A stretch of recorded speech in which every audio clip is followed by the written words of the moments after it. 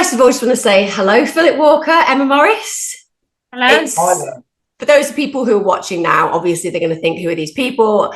But the truth is that I've just covered the Jeremy Bamber case as much in depth as I could and getting as much across as I hope I have. I know it will not be perfect because it took a lot of time, a lot of research, and it's just such an extensive case.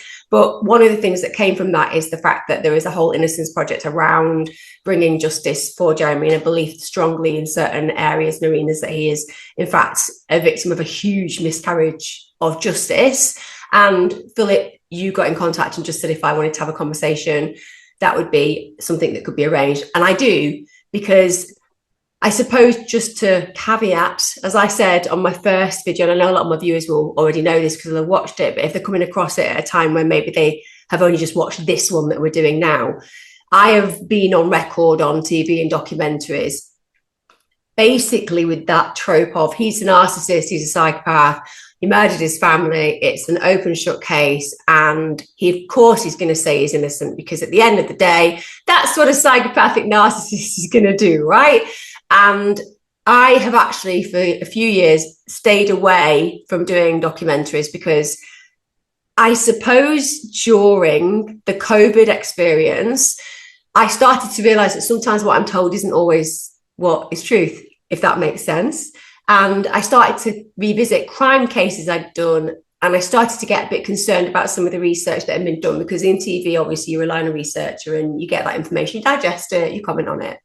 And so when people kept asking me to do the Jeremy Bamber case, I was very resistant. And I was resistant because, one, I'm thinking, well, I know what's happened. Two, because it's a lot of research. And most importantly, I suppose, because I'm realizing that there are very different viewpoints. There are people who strongly believe he's guilty, strongly believe he's innocent. And there's kind of nowhere in between. And I always like to kind of grey area on the whole, unless it's definitively true. I'm grey area, I'll do both sides. And I knew it was going to be a ton of work and I didn't want to get it wrong, because that's a really important thing for me, to not get things wrong. Inevitably, I'll get certain things wrong. But that was how I approached this. And when I approached it and started to do the research, I started to get concerned, really, about some of my comments that I've made in the past based on what I've been told, and also ultimately the missing pieces, and also the pieces that have purposely been missed, if that makes sense. And so makes sense. This is a real opportunity for me to hear from you, who are obviously very invested in this, your perspectives, and for me to also ask those questions that I think a lot of my viewers will be like, but, and that would be really helpful. And before we start, the other thing is that I totally appreciate that viewers who are listening will be like, well, they're working on an innocence project for Jeremy. Of course, they're going to believe he's innocent. And just to highlight the fact that that's probably where my mindset was when I initially started doing the research. And it's not where I am now from doing the research. And I think that that's really important to get across to people. It's not that I am somebody who has ever thought Jeremy Bamber's potentially innocent. I always was 100% the opposite direction. And just to trust that if there's a journey to go, and that I have gone on that journey, and feel that it's really powerful to go on that journey with you guys, so that we can hear from people who know more about this, exactly where you are, so that it mirrors, I suppose, why I'm not where I was a few years ago, and certainly where I'm not where I was 6 months ago, which is basically when I started reading the books and things like that. So with that, I want to ask the overarching question: what provoked you to start campaigning, essentially, to actually get him out of prison, and also each of your individual stories bringing you to this? So Philip, can I start with you so that you can kind of give me an outline, and the same with you, Emma? Yeah, I mean, I remember the case at the time. It was all huge headlines, and occupied the news for a number of days, if not weeks. But then it sort of faded from my memory, and it wasn't till I read Roger Wilk's book, Blood Relatives, that I sort of thought there's something not quite right about all this.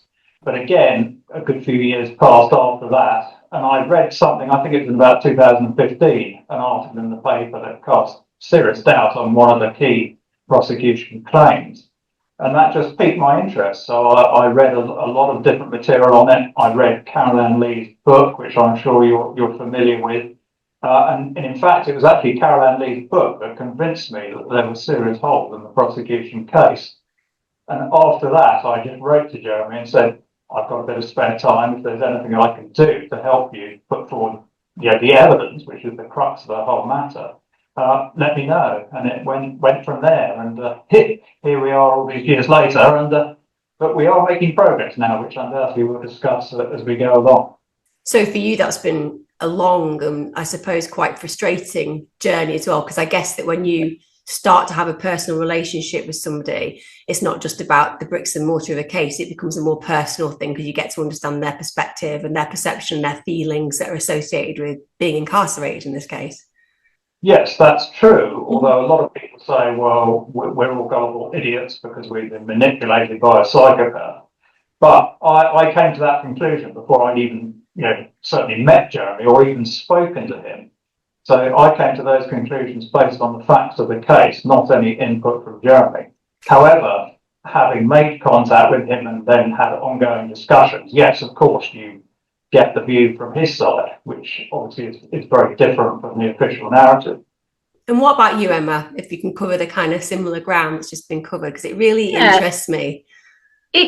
Well, fairly similar to Philip, I think. I've had an interest in true crime on and off since I was a child, and this case was, like Philip said, it was massive. I was at school at the time. I was a young teenager, and we talked about it in the playground a lot. Then, he gets found guilty. Believed he was guilty. I grew up believing that, if you don't do anything wrong, you have nothing to fear from the police. The justice system was right. And that miscarriages of justice were very rare anomalies. And so that was my belief. And I didn't give the case too much more thought, apart from when it would appear in some, crime books and documentaries. But it wasn't until my daughter, when she became a teenager, started to become interested in criminology, and she started watching all these crime shows. Some with you in, I think. She recognises you, so she said, I know her. So we watched Crimes That Shook Britain, and it was about Jeremy. And I said to her at the very beginning, you will never believe what he did. I might call him a name. I can't remember probably, but it was young teen appropriate.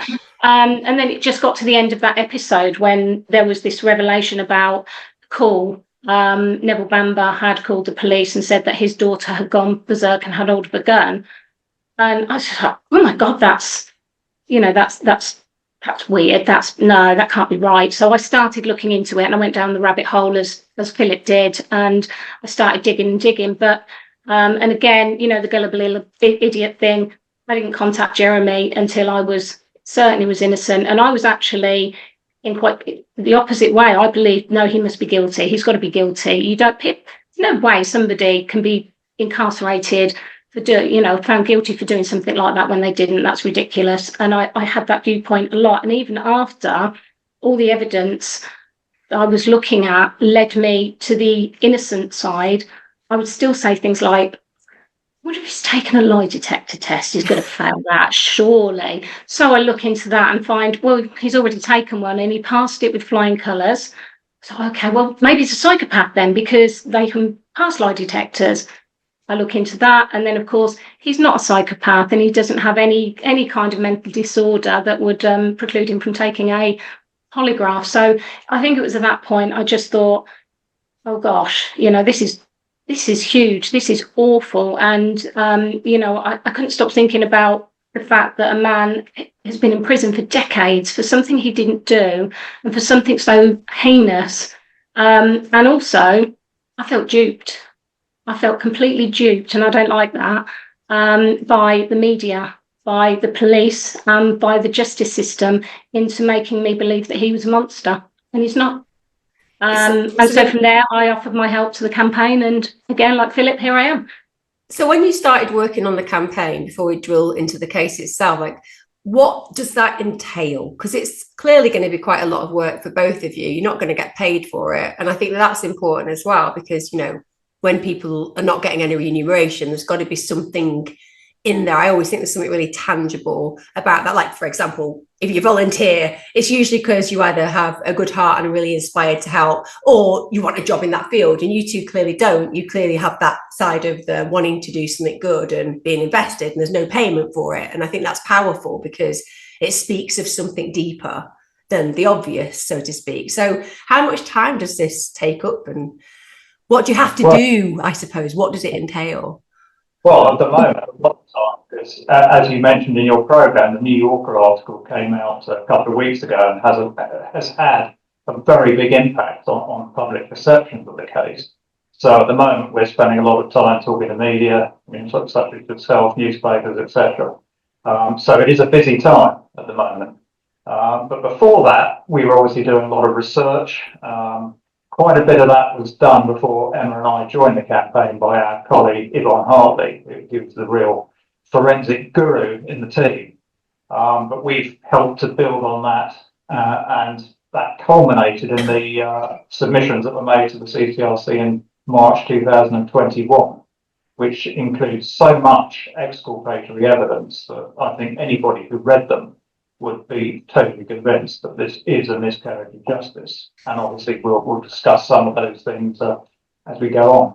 So the CCRC, if you just explain, I have explained in my second video, I have to be honest with you, I don't necessarily see them in the light that they're meant to be seen. I think the wheels of justice are intriguing, both here and particularly in the United States, where once they've turned, they're very unhappy to turn them back, even when there is very honest evidence that says those wheels need to be turned back. And I've covered quite a lot of cases, both in writing and online, regarding cases like that in the States in particular, which is harrowing because people, as you said, have this mindset that justice is to be served. And therefore, when somebody's done something wrong, they will get into trouble. And there's always reasonable doubt. And then you read about things where literally they've gone out of their way to keep completely innocent people in prison for a very long time. And in fact, the only reason that it was identified finally that that person was innocent was because it was so overbearing, so overwhelming.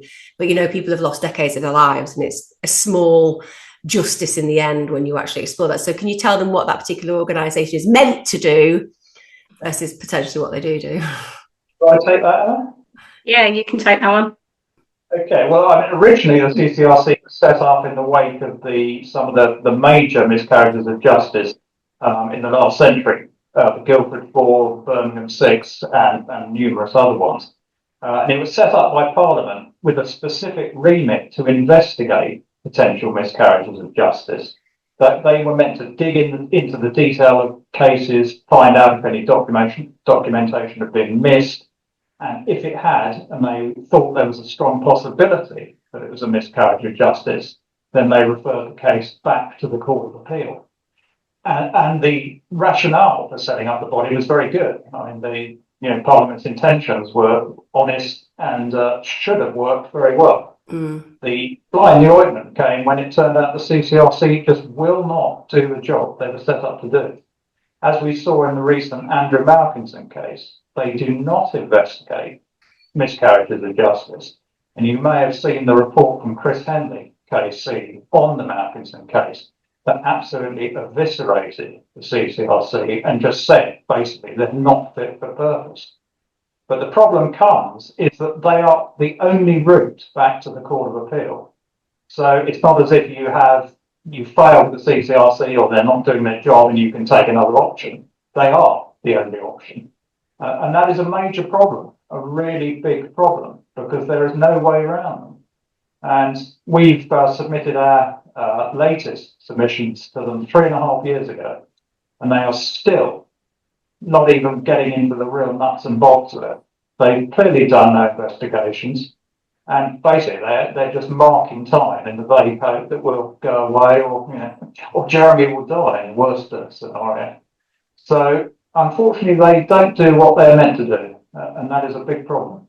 I think I referred to them as supporting miscarriages of justice. That's what they should maybe be renamed. It's widespread as well. We staged a protest outside the CCRC on the 10th of May this year, we called it Innocent, Failed by the CCRC. And we had so many other people and so many of the stories of the CCRC failing people, when they shouldn't have done. They refer now less than 2% of cases that they see back to the Court of Appeal.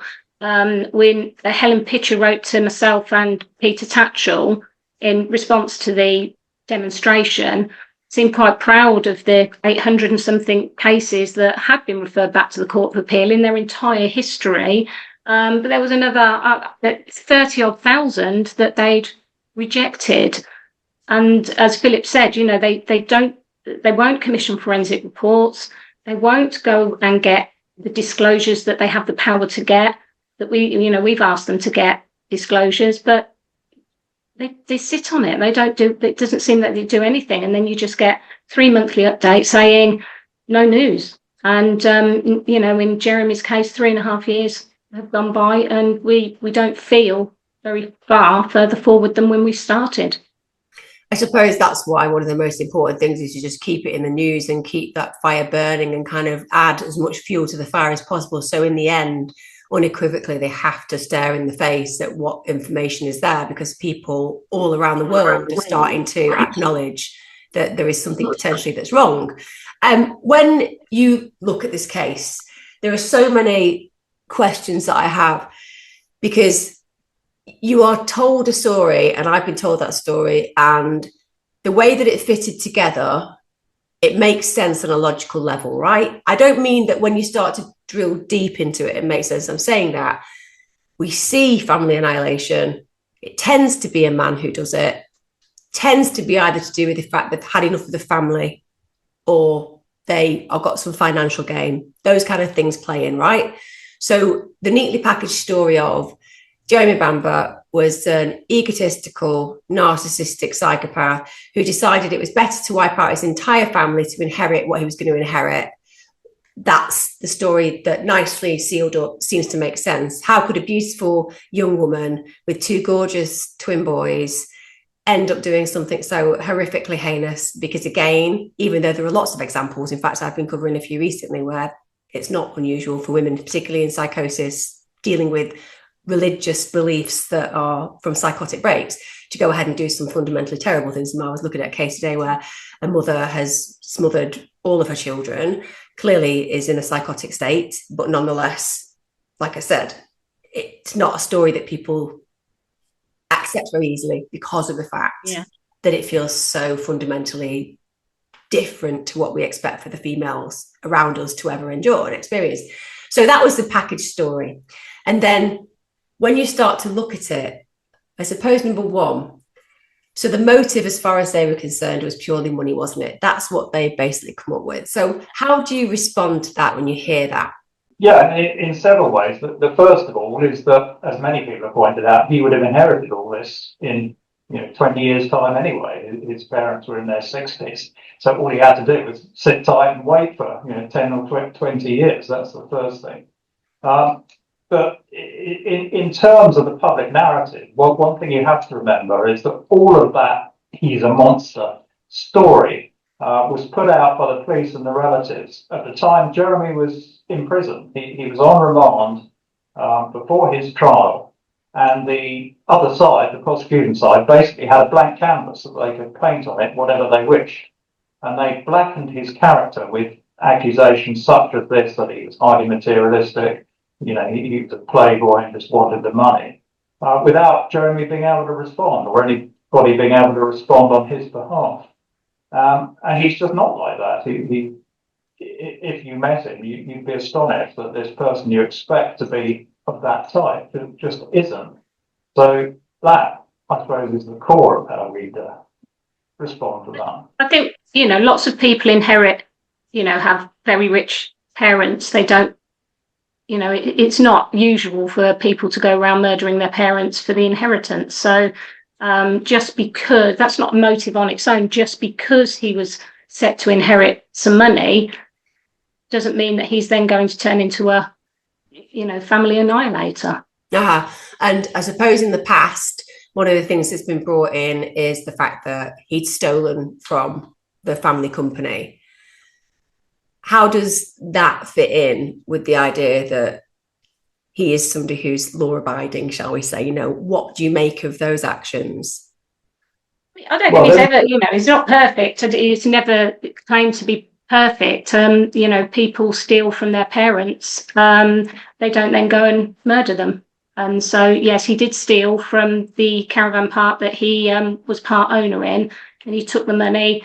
He admits that he did that. He's had conversations around the security. He was getting frustrated that he wasn't being listened to. So he did it to prove a point, and he spent the money. And, that doesn't mean that he's capable then of annihilating his entire family. And I suppose that when he was interviewed, am I right in thinking he quite quickly admitted that that was something that he'd done? It wasn't something he tried to cover up. He was very open about that. No, yeah. And he said he would have admitted it as well if somebody had outright asked him. He knew he was suspected of doing it by the family, and he said if somebody had outright asked me, I would have admitted it. I would have said, yeah, I did it. So, Jeremy wasn't perfect. So one of the things that seems to have happened from what you're saying is that there's been that leap and the assumption made, which is, oh, well, he did one thing wrong, or he did a few things wrong. He grew marijuana, etc., whatever. And therefore we can make the leap, which would ironically make all of us capable of family annihilation, wouldn't it? I mean, we've all done things. I've certainly done illegal things in my life when I was younger. I admit that. People have fun at nightclubs, etc. But that doesn't mean that I would ever be capable of killing my family, right? Yeah, correct. When I was doing my research, I came away with more questions than answers. Unfortunately, the New Yorker piece came out. I was really lucky because I'd been working on it. And then I heard that it was about to come out. And I was like, well, I'll hold off because it's going to potentially support or deny some of the stuff that I'm looking at. And I've said in my video, everyone needs to go and read the New Yorker piece, because I think it's very, very well executed. It's been incredibly well researched and it's been written really, really effectively. And when I went through that, it actually didn't alter that much, but it answers some questions. There are some things that I couldn't go into detail over because it was too technical for me. And I would like to ask you some of those questions, right? Such as the silencer, the blood, everything. But take me to the night that this happens, right? Take me to the night that this happens and walk me through the key pieces of information that I, as a watcher of documentaries or a reader of books, have heard that can be instantly disputed, genuinely disputed, as in it's there, it's evidential. I would really find that helpful. So I think what's worth saying, what's really important that we say to start with, is that if Jeremy did this, so regardless of what he did, burgling the caravan park, regardless of his behaviour after the deaths and any of that, if Sheila Caffell or anybody was alive inside the house by the time the police got there and Jeremy got there, he's unequivocally innocent. That's his cast iron alibi if Sheila is alive in the house. So there's lots of indications that Sheila was alive. The official narrative is all they heard was muffling and a dog barking and that they were getting no response from the house. But as statements have been kind of released over the years, and it's important to say as well, a lot have still been withheld that would be very useful. You start to build up a bit of a different picture that there's activity going on throughout the early hours of the 7th of August whilst Jeremy is outside with police. So the starting point to this was at the very beginning when PC Buse, Mile and Jeremy started taking a recce of the house. And Jeremy has maintained for 39 years that they saw a person walk across the bedroom. They saw a figure in the bedroom moving. If that's true, then Jeremy's innocent. Now, PS Buse, then once they'd seen this figure in the window, they all then went running back to the police car because obviously they're, okay, this is siege situation, therefore we need backup. So they call for backup at that point. But PS Buse over the years has appeared in documentaries and he's given at least 3 different versions of what happened. So in one, he said it was Jeremy that said, oh, look, there's something in the window. And another, he said it was PC Mile that pointed out there's movement in the window. And then finally in another, he said it was he himself that saw movement in the window. But what he's been consistent about saying is that he suddenly realised that actually moved back and forward, recreated the movement. It was just a trick of the light. So there wasn't a figure in the window at all. It was just a trick of the light. And that's the story he's maintained throughout every documentary. He said that in court, didn't see a figure. It was just so. But that doesn't really make sense, because why would you then, if you realised immediately that it was just a trick of the light, why did you run back and call for assistance at that point? You wouldn't have done that. And so that didn't make any sense, because it's trick of the light. You'd carry on with the recce and you'd finish the recce, and then you'd come back and do whatever you needed to do. But he didn't. He came running back and called for firearms assistance, getting firearms officers out of their beds in the middle of the night to come to White House Farm. And what Heidi uncovered in her investigation, when she spoke to I think it was the head of the firearms unit, I've forgotten his name, Adams, he confirmed that he was told when he got there that there was a figure in the window. So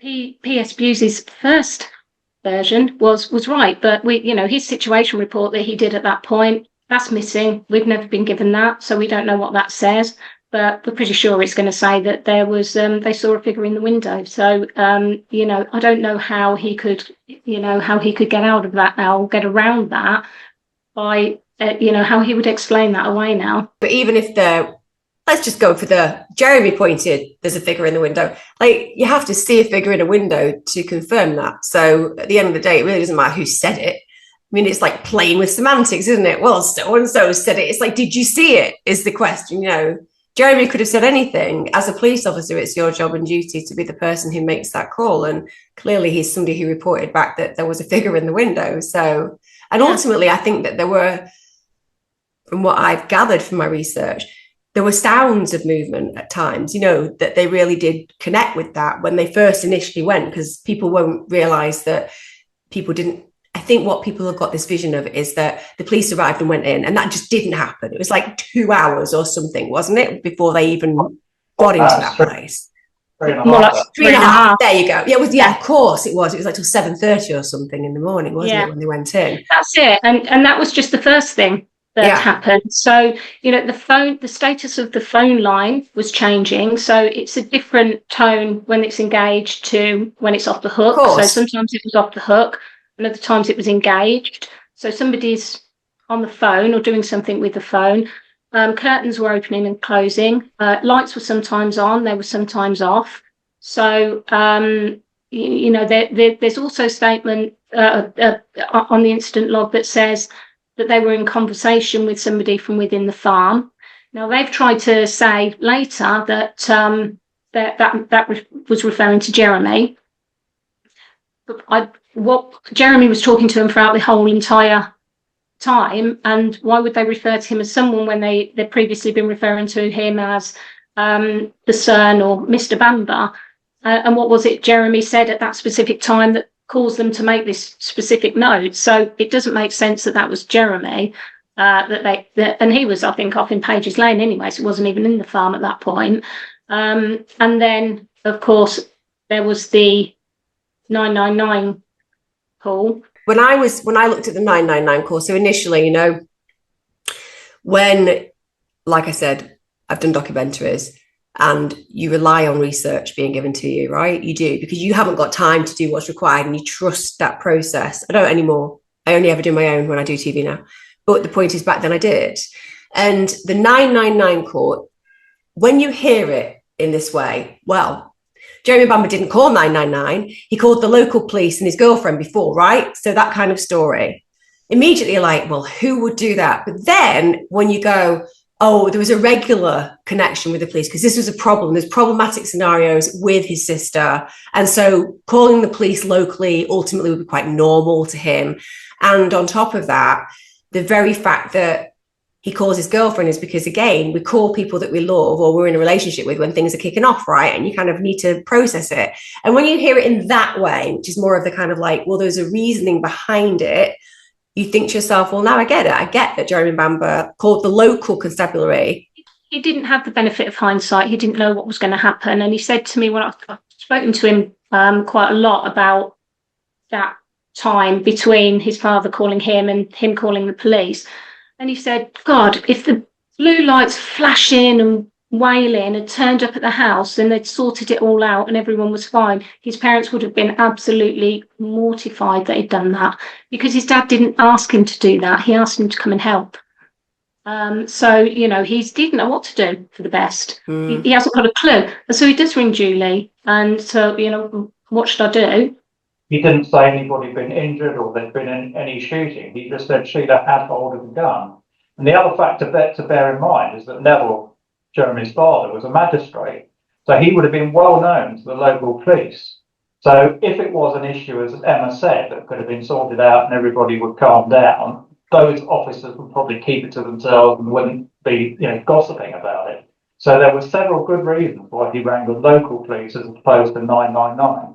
Although, as it happened, because Whitton Police Station was unmanned when he rang, the call was automatically routed through the 999 line. So in the end, he did actually, in effect, make a 999 call to the police.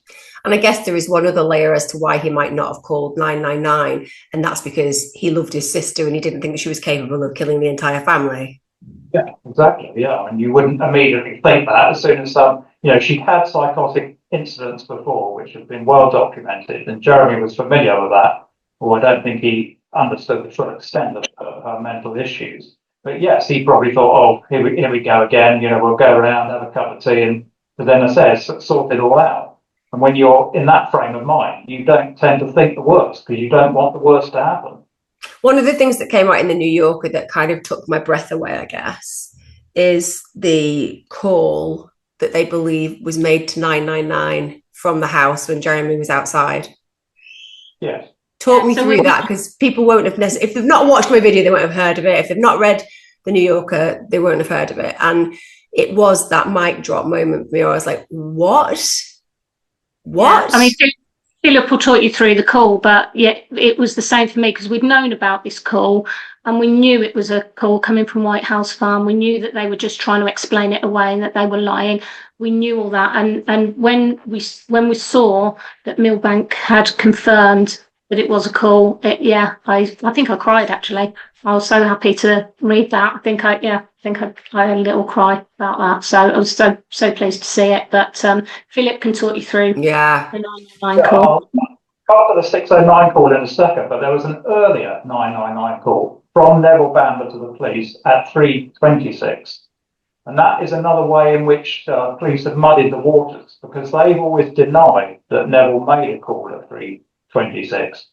Now, nobody disputes that Jeremy rang the police, and the police logged his call at 3:36. That's right. And if you look at the notes that were made of those two calls, the description of them is totally different. The one from Neville, the notes say, my daughter has got hold of the gun. She is 27 years old, and gives various other details that a father would give. And when Jeremy rang, obviously he referred to his sister. That note says she's 27 years old. So if this was just one call, why are people making different records of it? But the police have always denied that. They said that, in fact, they wrote the time Jeremy rang down wrongly as 3:36, and in fact, he rang at 3:26. Now, they had to say that. Philip, I think you just said 27 twice. Oh, did I? Sorry, it's 3:26. No, I think you said she was her age. Yeah, so I think Neville said she was 26 and Jeremy said she was 27. She was actually 28, so they were both wrong, but... Typical men. Yeah, absolutely. Yeah, but birthdays aren't important. But yes, Neville said she was 26, and Jeremy said she was 27. So obviously that is a dichotomy that the police cannot explain as to if there's just one call, why was the age written down twice, incorrectly in both cases, as it turns out. So that's another area of disputes. And if your viewers go and look at the two separate logs of these calls, which are on our official website, they can clearly see that they are referring to different calls. And again, if Neville made that call at 3:26, there is no question that Jeremy is innocent. which is why the police are so vehement in denying it ever took place. But jumping forward to your original question about the 609 call, as Emma said, we've been aware of this for some time. And a lot of people are now saying, well, that Nicholas Milbank, the police officer who took the call, it's a mistake, and he just happened to be listening into an open line. You know, he, for some reason, thought it was a 999 call when it wasn't. The counter to that is that this story didn't originate with him. It originated with the Stokenchurch inquiry, which was the inquiry that took place before the 2002 appeal, to check all the case documentation and see if there was anything that hadn't been disclosed for that 2002 appeal. And they obviously found a record of this call, or somebody told them about it, and they then went and discussed it with Nicholas Milbank. So it is not just Milbank who's saying this. They clearly found another source, either a record or a verbal reference to it. Now, again, as we said earlier, if this 609-999 call was made from inside White House Barn, then there is no question Jeremy is innocent. That is beyond argument. Worth pointing out, sorry though, Philip, that although they said they spoke to Nicholas Milbank is now saying that nobody from Stokenchurch spoke to him, and his statement was unsigned. So he says nobody's ever asked him about it. No, he said that he didn't give a statement, hasn't he? He said, like, I didn't get asked that question. The only person who's asked me a question is in the interview with the New Yorker with Heidi. Yeah. Well, there was some doubt about the number of statements he made, because Stokenchurch quoted him verbatim about what he said about the call. And he told them that you won't find any record of this because the records have gone. So, you know, that in itself is sort of slightly independent confirmation. And also, in fact, his memory isn't perfect, because Eric Allison of The Guardian spoke to him about it in 2010 and asked him if he'd taken this call. And his response at that time was, if the record shows I did, then I did. Which again is, you know, pretty much confirmation. So it all really hinges on whether he did take this 999 call. Now, the first thing we know is that the procedure for a 999 call in those days is that in the first instance, it will be answered by a BT operator. That's when they ask you which service do you want, the police or... Now, we believe that they knew it was coming from White House Farm because they've been monitoring the White House Farm line earlier in the early morning. So when it came up on their display, and we know that they do have a display, which would have firstly said there's a 999 call, and secondly would have shown the number it was coming from, they would have immediately recognised it. And that's why they would have put it through to Milbank. And he, as he says in the New Yorker, was told that this is a 999 call from White House Farm. So all of that is entirely logical. And we believe his recollection is entirely correct. I mean, he did take such a call. And Jean Rowe, the BT operator, she also confirms in her statement to police that she wasn't permitted to monitor the phone line through 999. So it was done through headquarters. So there was absolutely, and they'd started monitoring it earlier. So there's absolutely no reason in the world for them to have changed the monitoring to a line that they're not allowed to use. So it makes no sense. So actually, should they start monitoring at 5? I can't remember the exact time. They start monitoring at 5 something, and then that's broken at 6:09 when, you know, Sheila makes a 999 call. And Jeremy's with the police at that point outside. Like with the police, yeah, and has been for hours. One of the things that kind of struck me when I was doing the research, and it's something that provokes kind of a visceral and cerebral reaction in me for lots of reasons, because I'm a big believer that justice is so powerfully important in this world, and therefore anything that feels like a miscarriage or an injustice, it really affects me. And the thing about transparency is transparency lends itself to open discussion and actual justice being served. Now, with the Bamber case, one of the things over the years that struck me, like I said, I've moved very, very far down the road from where I was when I set off on this journey. And what I suppose has contributed to that is looking at other miscarriages of justice, and also looking at cases where I can see that what I would class actually just purely as corruption is concerned. That's the word I would just use. And it's not a popular word to use when you work in the documentaries and stuff that I work in, but I really don't care, because I don't care about being popular. I don't care about being on TV. I care about truth. You know, that's why I have my channel. And I come down very hard on people that I think deserve my feelings towards them in a very direct way. And equally, I feel incredibly compassionate to those that I feel have been dealt a terrible card.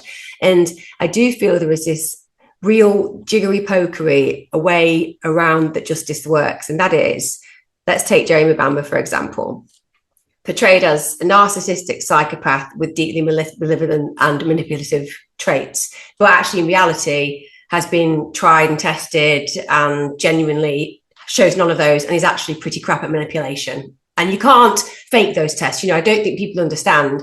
It's not like the hair psychopathy test where you can, particularly if you know your way around it, do pretty okay when you actually are problematic, or vice versa. You can kind of cheat it.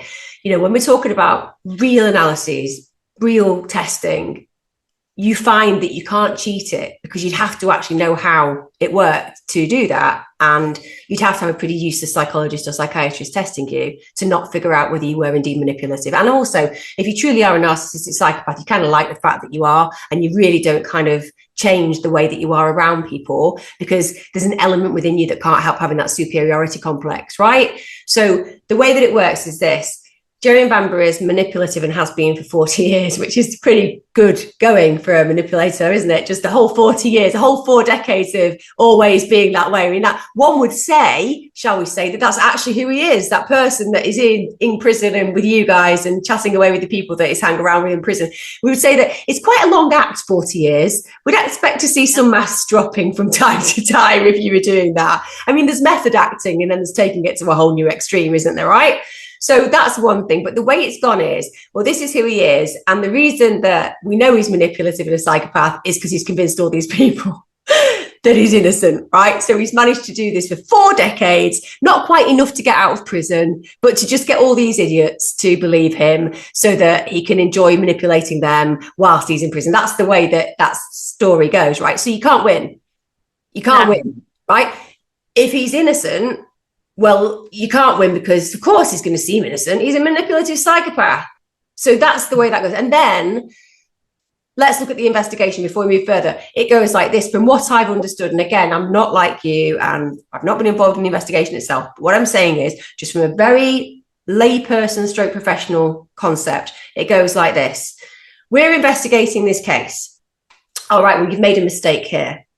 Oh, yes, it is just a mistake. All right, but there's some evidence here that says that your investigation is basically bringing up things where things have been potentially faked, or evidence has been messed around with, tests that were meant to carried out didn't get carried out properly. No, they're not really mistakes. They're just, oversights, and really the investigation's sound. But you're saying that there's lots of mistakes that we've just got to accept, like phone calls that were mistakenly recorded, and evidence that was mistakenly moved around, and things being picked up and put down. Oh, yeah. That's kind of what happened. But what we're saying is the actual case is sound. And it's like, the bit of my head just goes, you keep saying that was just an oversight. That was just a mistake. That was just somebody recording it incorrectly. But then you're saying, but 40 years in prison, that was the right decision. And the whole basis of our court system is there reasonable doubt? And I always start with that in my head. And when I look at the analysis of justice and I look at the analysis of evidence, I'm like, I'm not looking at, is somebody innocent or guilty? I'm saying, is there enough doubt here to say I can't say that person's guilty, right? And that's it. If I'm on a jury, that would be it, if there was reasonable doubt. And with this, I'm like, there's gaping holes that keep getting said. Well, it's fine. It was sound, but you did A, B, or C wrong. Yeah, that's true. And actually, Jeremy's here shown to do A, B, or C, which evidences that he's therefore not able to have done what he did. Yeah, no, they were wrong. And it's like every direction you go, the just doesn't matter. Gate comes down. The gate comes down. The gate comes down. The gate comes down. I'm like, okay, how is this working in anybody's mind looking in from the outside now? It doesn't make any sense. And if it doesn't make sense, it's because it's nonsense, right? Yeah. The bottom line is, if you don't get a true picture of the crime scene, then you don't get a true picture of the crime and what really happened. And that the crime scene was so tampered with, so interfered with, that I mean, the Bible is a good example of this in terms of, I think it was the 2002 appeal. They basically said, or the judge, I think, just said, well, this just puts another bow onto the prosecution's case, because where the Bible was, there would have been pooling with blood here because of her arms bleeding. So that was clearly placed there afterwards. So therefore, that supports the prosecution's case. But there's plenty of evidence to show that the police moved that Bible, picked it up from wherever it originally was, and put it back. And now, in the New Yorker, I mean, as I say, there's other police statements in the file that says the Bible's in the wrong place. That's not where the Bible was in the crime scene pictures. And now we have an officer admitting to Heidi Blake for the New Yorker, wrong cook, picked that Bible up, thumbed through it, and realised, oh God, let's recreate the scene. So that's just one of many examples of them interfering with the scene, and then that being used to support the fact that Sheila couldn't have done it and it had to have been Jeremy. I believe that he had kind of a nickname, didn't he? He was known on the force for screwing up scenes all the time. Bumbling Ron, I think they said he was called. The worst example of that was something you were talking about in your programme this afternoon. And that is the second shot to Sheila. As you pointed out, that was very prejudicial to Jeremy, because, as you said, it is quite rare, but it's about 2 to 3% of cases of gunshot suicides involve more than one shot. But what we know happened, because we have the evidence of it, is that Sheila killed herself with one shot under her chin, which is a classic suicide method. But after the raid team had secured the house, Essex Police arranged for a firearms training exercise to happen at the house to show potential recruits to the unit what a crime scene of this type looks like, to walk them through it so they get experience of these types of situations. And we know that they were lifting the gun on and off her body as part of this exercise, and the gun accidentally discharged. And that's why the second shot is from an 80-degree angle into her neck. So you can't get much worse interference with the scene than saying that the victim was shot twice by the perpetrator, when you know that in fact she only had one shot upon her death. And there were officers who sat in the court during the proceedings who knew that she'd been shot accidentally by the police. And people will say, well, how do you know this? And we know it because we have 6 statements from an assistant chief constable. I've got a list of it. Chief superintendent, chief inspector, a DS, a DI, a coroner's officer, and a very experienced police surgeon, who all saw Sheila with one wound. And that is, in my view, conclusive proof that she committed suicide with one shot under her chin. And the second shot was added later as a result of an accidental discharge during the firearms training exercise. And the police knew that, but they turned it to their advantage in the trial by making the point that you made in your programme. This is pretty rare, so therefore it is far less believable. And that is just one instance of the police turning what should have been a negative for them into a positive. I'm kind of a bit blindsided that they were tromping people through a crime scene as a firearms exercise. I mean, this is a crime scene. A crime scene should have been secured. Yes, but they'd already realised it was a murder-suicide. Yeah, they had realised it was murder-suicide in their opinion. But the point is, it still feels very scary, the idea of, and actually really disrespectful, to be fair, really disrespectful to the victims of that case, full stop, because the minute that you're contaminating a scene, in fact, if you bring it back down to okay, let's think about protocol and reasons for appeals and reasons why these kind of things should be heard. Well, the very fact that after they tromped all these people through the house because they decided it was automatically, Taft Jones had said it's a murder-suicide, it's cut and dry. Then if you take people into that scene, you've contaminated it. That in itself would be enough, essentially, for an appeal, because it would be an unsafe conviction based on the fact that they'd changed their mind and they'd brought all these people in, and that could have huge ramifications for anybody in this situation. Yeah, there were 77 What? entered the house. They only admitted to 29, I think it was, during the Dickinson inquiry, which is the post-trial inquiry. But yeah, 77, 62 of which were police officers, and the rest were medical staff that went into that house and trampled all over the crime scene. That's in total, not just for the firearms training. The firearms training was a subset. That's everyone. Total. That was 62 police officers, and we do wonder whether the reason that they hid the amount of people that went there was so that we couldn't ask for statements, so we didn't know certain police officers were in there. There's one police officer, can't I, Philip? Of course you can. Henderson.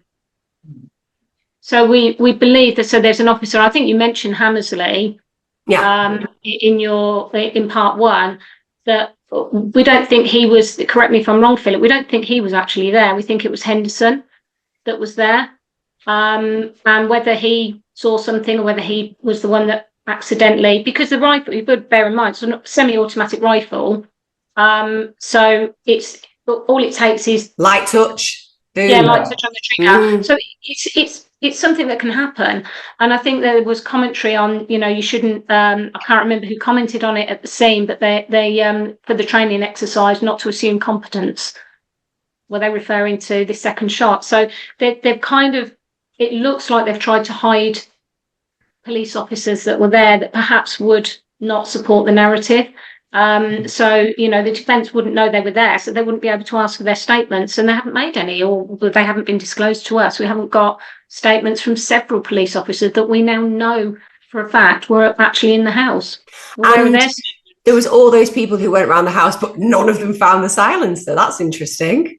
I mean, you'd imagine with going on 70 people, 7 groups of 10 wandering around a house in a crime scene, you might, I don't know, turn up a silencer that was in a pretty obvious place. If you look on our website, you can see the docket of the search, and they went round each room and each sort of part of each room, and they ticked off where they'd searched. And under the gun cupboard, there were 5, I think it's 5 ticks. So it's certainly a good number. So the police had looked at that.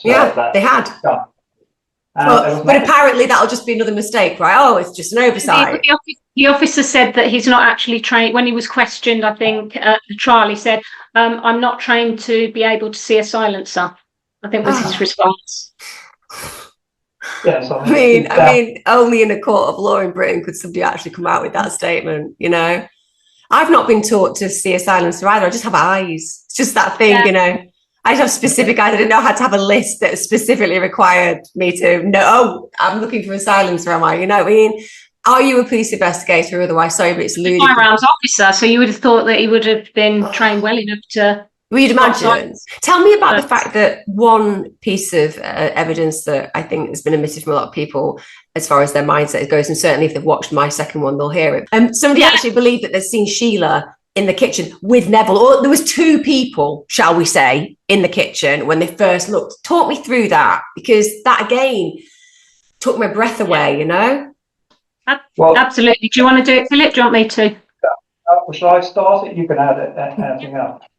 Initially, when the firearms team were sort of lining up outside the house ready to go in, one of them, Collins, looked through the kitchen window and reported seeing a young woman in the kitchen. Now, I don't know whether you've seen the crime scene photos of Neville, which are sort of circulating about, but he's a big guy. He's 6'4". He's a strong farmer, and he's not somebody you'd mistake for a young woman. No. But I suppose people could say, well, it's a highly stressful situation, which it was. It's a fair comment. But Collins had done 2 tours of Northern Ireland. He wasn't somebody who sort of panicked easily. So, he would have made a sort of considered judgment on that. But it's not just that. Once they then went into the house, and they took about 20 seconds to knock the back door down, because it was a solid door and it was bolted from the inside. Once they got into the kitchen, they reported finding 1 body of a male and 1 body of a female. And clearly that was Neville and Sheila. But for some strange reason, which we're not quite certain of, once they'd done that, they all came out of the kitchen and searched the other part of the downstairs of the house on the left as you came in through the back door, whereas the kitchen was on the right. And we think that during that time, Sheila, who'd either been unconscious or in some sort of psychotic stupor, woke up, went upstairs, where about half an hour later, tragically, she took her own life. But of course, now the police say, well, no, we never saw, two bodies in the kitchen. And there were further logs recording that later 3 bodies were found upstairs, making a total of 5.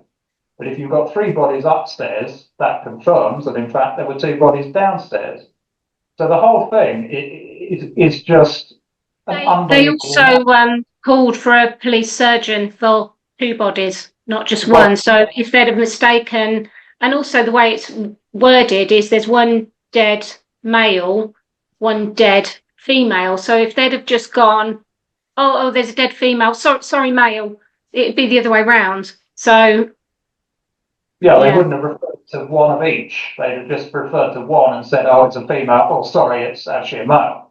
So I'm imagining that one of the things about Neville and Sheila is this idea that how could this man not have been in a situation where he could defend himself? But from what I understand, well, if you've been shot several times, with respect, you're bleeding out pretty heavily, you're in shock. Was broken. Yeah, the bullet broke his arm. Yeah, so but just the whole shock, and also the idea that a father could happily assault his daughter even, yes, he might restrain her, yes, he might try and fight her off, but the idea that he would take her out, he would kill her or do anything, like, just goes against what we feel as parents. We do everything in our power to protect them, and if you've been shot several times, the chances are that you are going to be in a state where it's a lot more easy to overpower that person.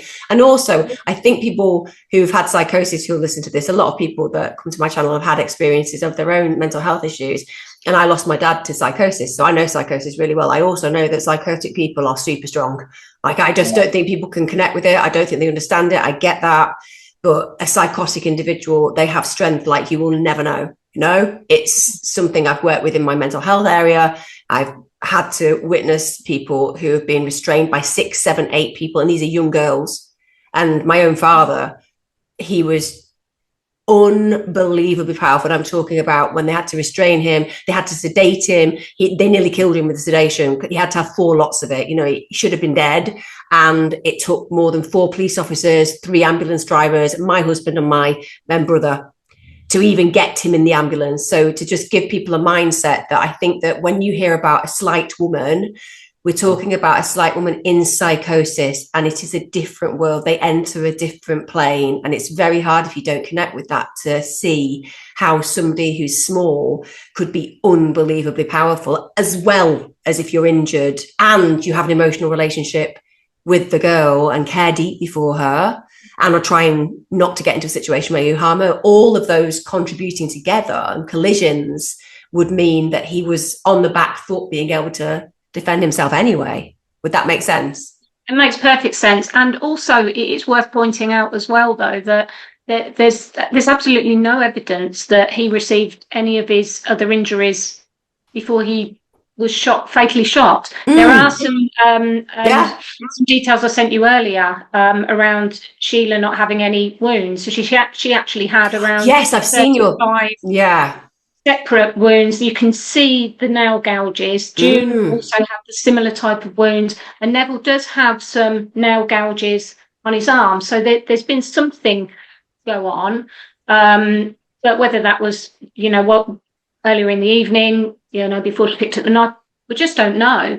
But certainly the burns to Neville's back happened post-mortem, and we know how they happen now, and we know that was done because he fell and died with his back against the hot component of the Aga. And we've had forensic scientists look at that and recreate that with pig skin, and it's to the millimetre. Yeah. That pattern is the same, and that is what caused the burns to Neville's back. So how he ended up where he ended up is a mystery, but Jeremy couldn't have done that. Sheila couldn't have done that. Wouldn't have been, it'd have been a dead weight. You wouldn't have been able to do that. So, you know, did the police come in and they could perhaps smell you know, the skin was burning, so they decided to move him out of the way. We don't know, but you know, that's another element of the crime scene that was tampered with. But in terms of, you know, the other injuries that he sustained,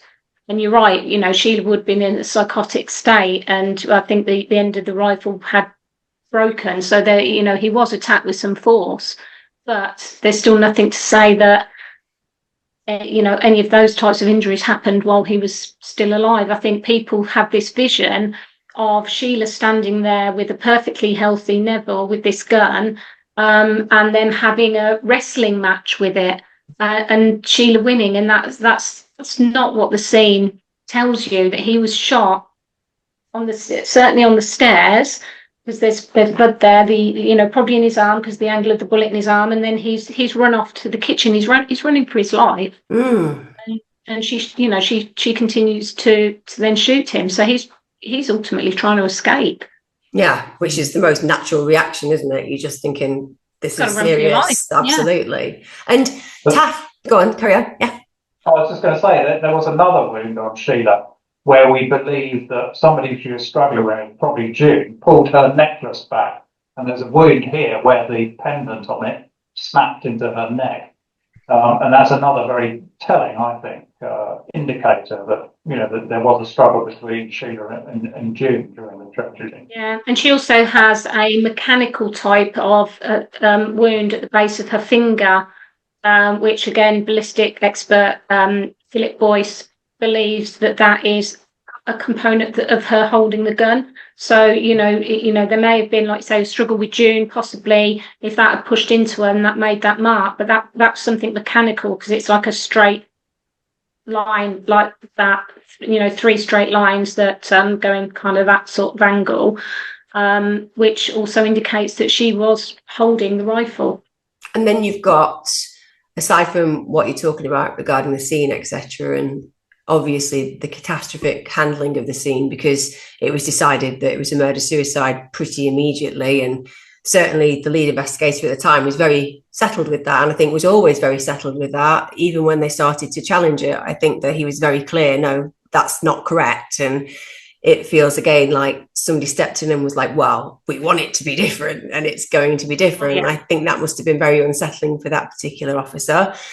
The silencer is something that people always talk about, and particularly if people heard that the silencer had pool of blood in it, etc., and that the blood specifically matched and so, they're questions that a lot of people go, but it couldn't be because the silencer did this. So just talk to me about the silencer, because I will tell you, I talked a little bit about it in my video, not very much, because I was like, it's too technical and I will just do a terrible job of this, and I'm just going to say there was an issue with it. But talk me through it. Shall I go with that? Yeah.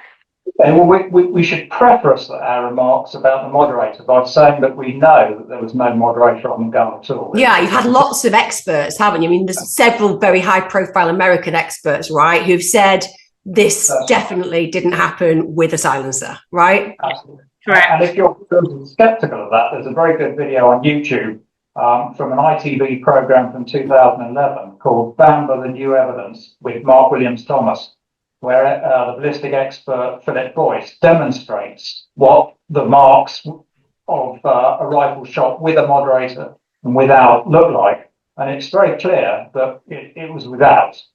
But because there is also, just to add to that, there is a photograph of just Sheila Caffell's neck and from the mortuary, so cleaned up, just Sheila Caffell's neck and that experiment together, so people can compare the pictures with actual Sheila's neck. So if you go onto our website, Jeremy Bamber.co.uk.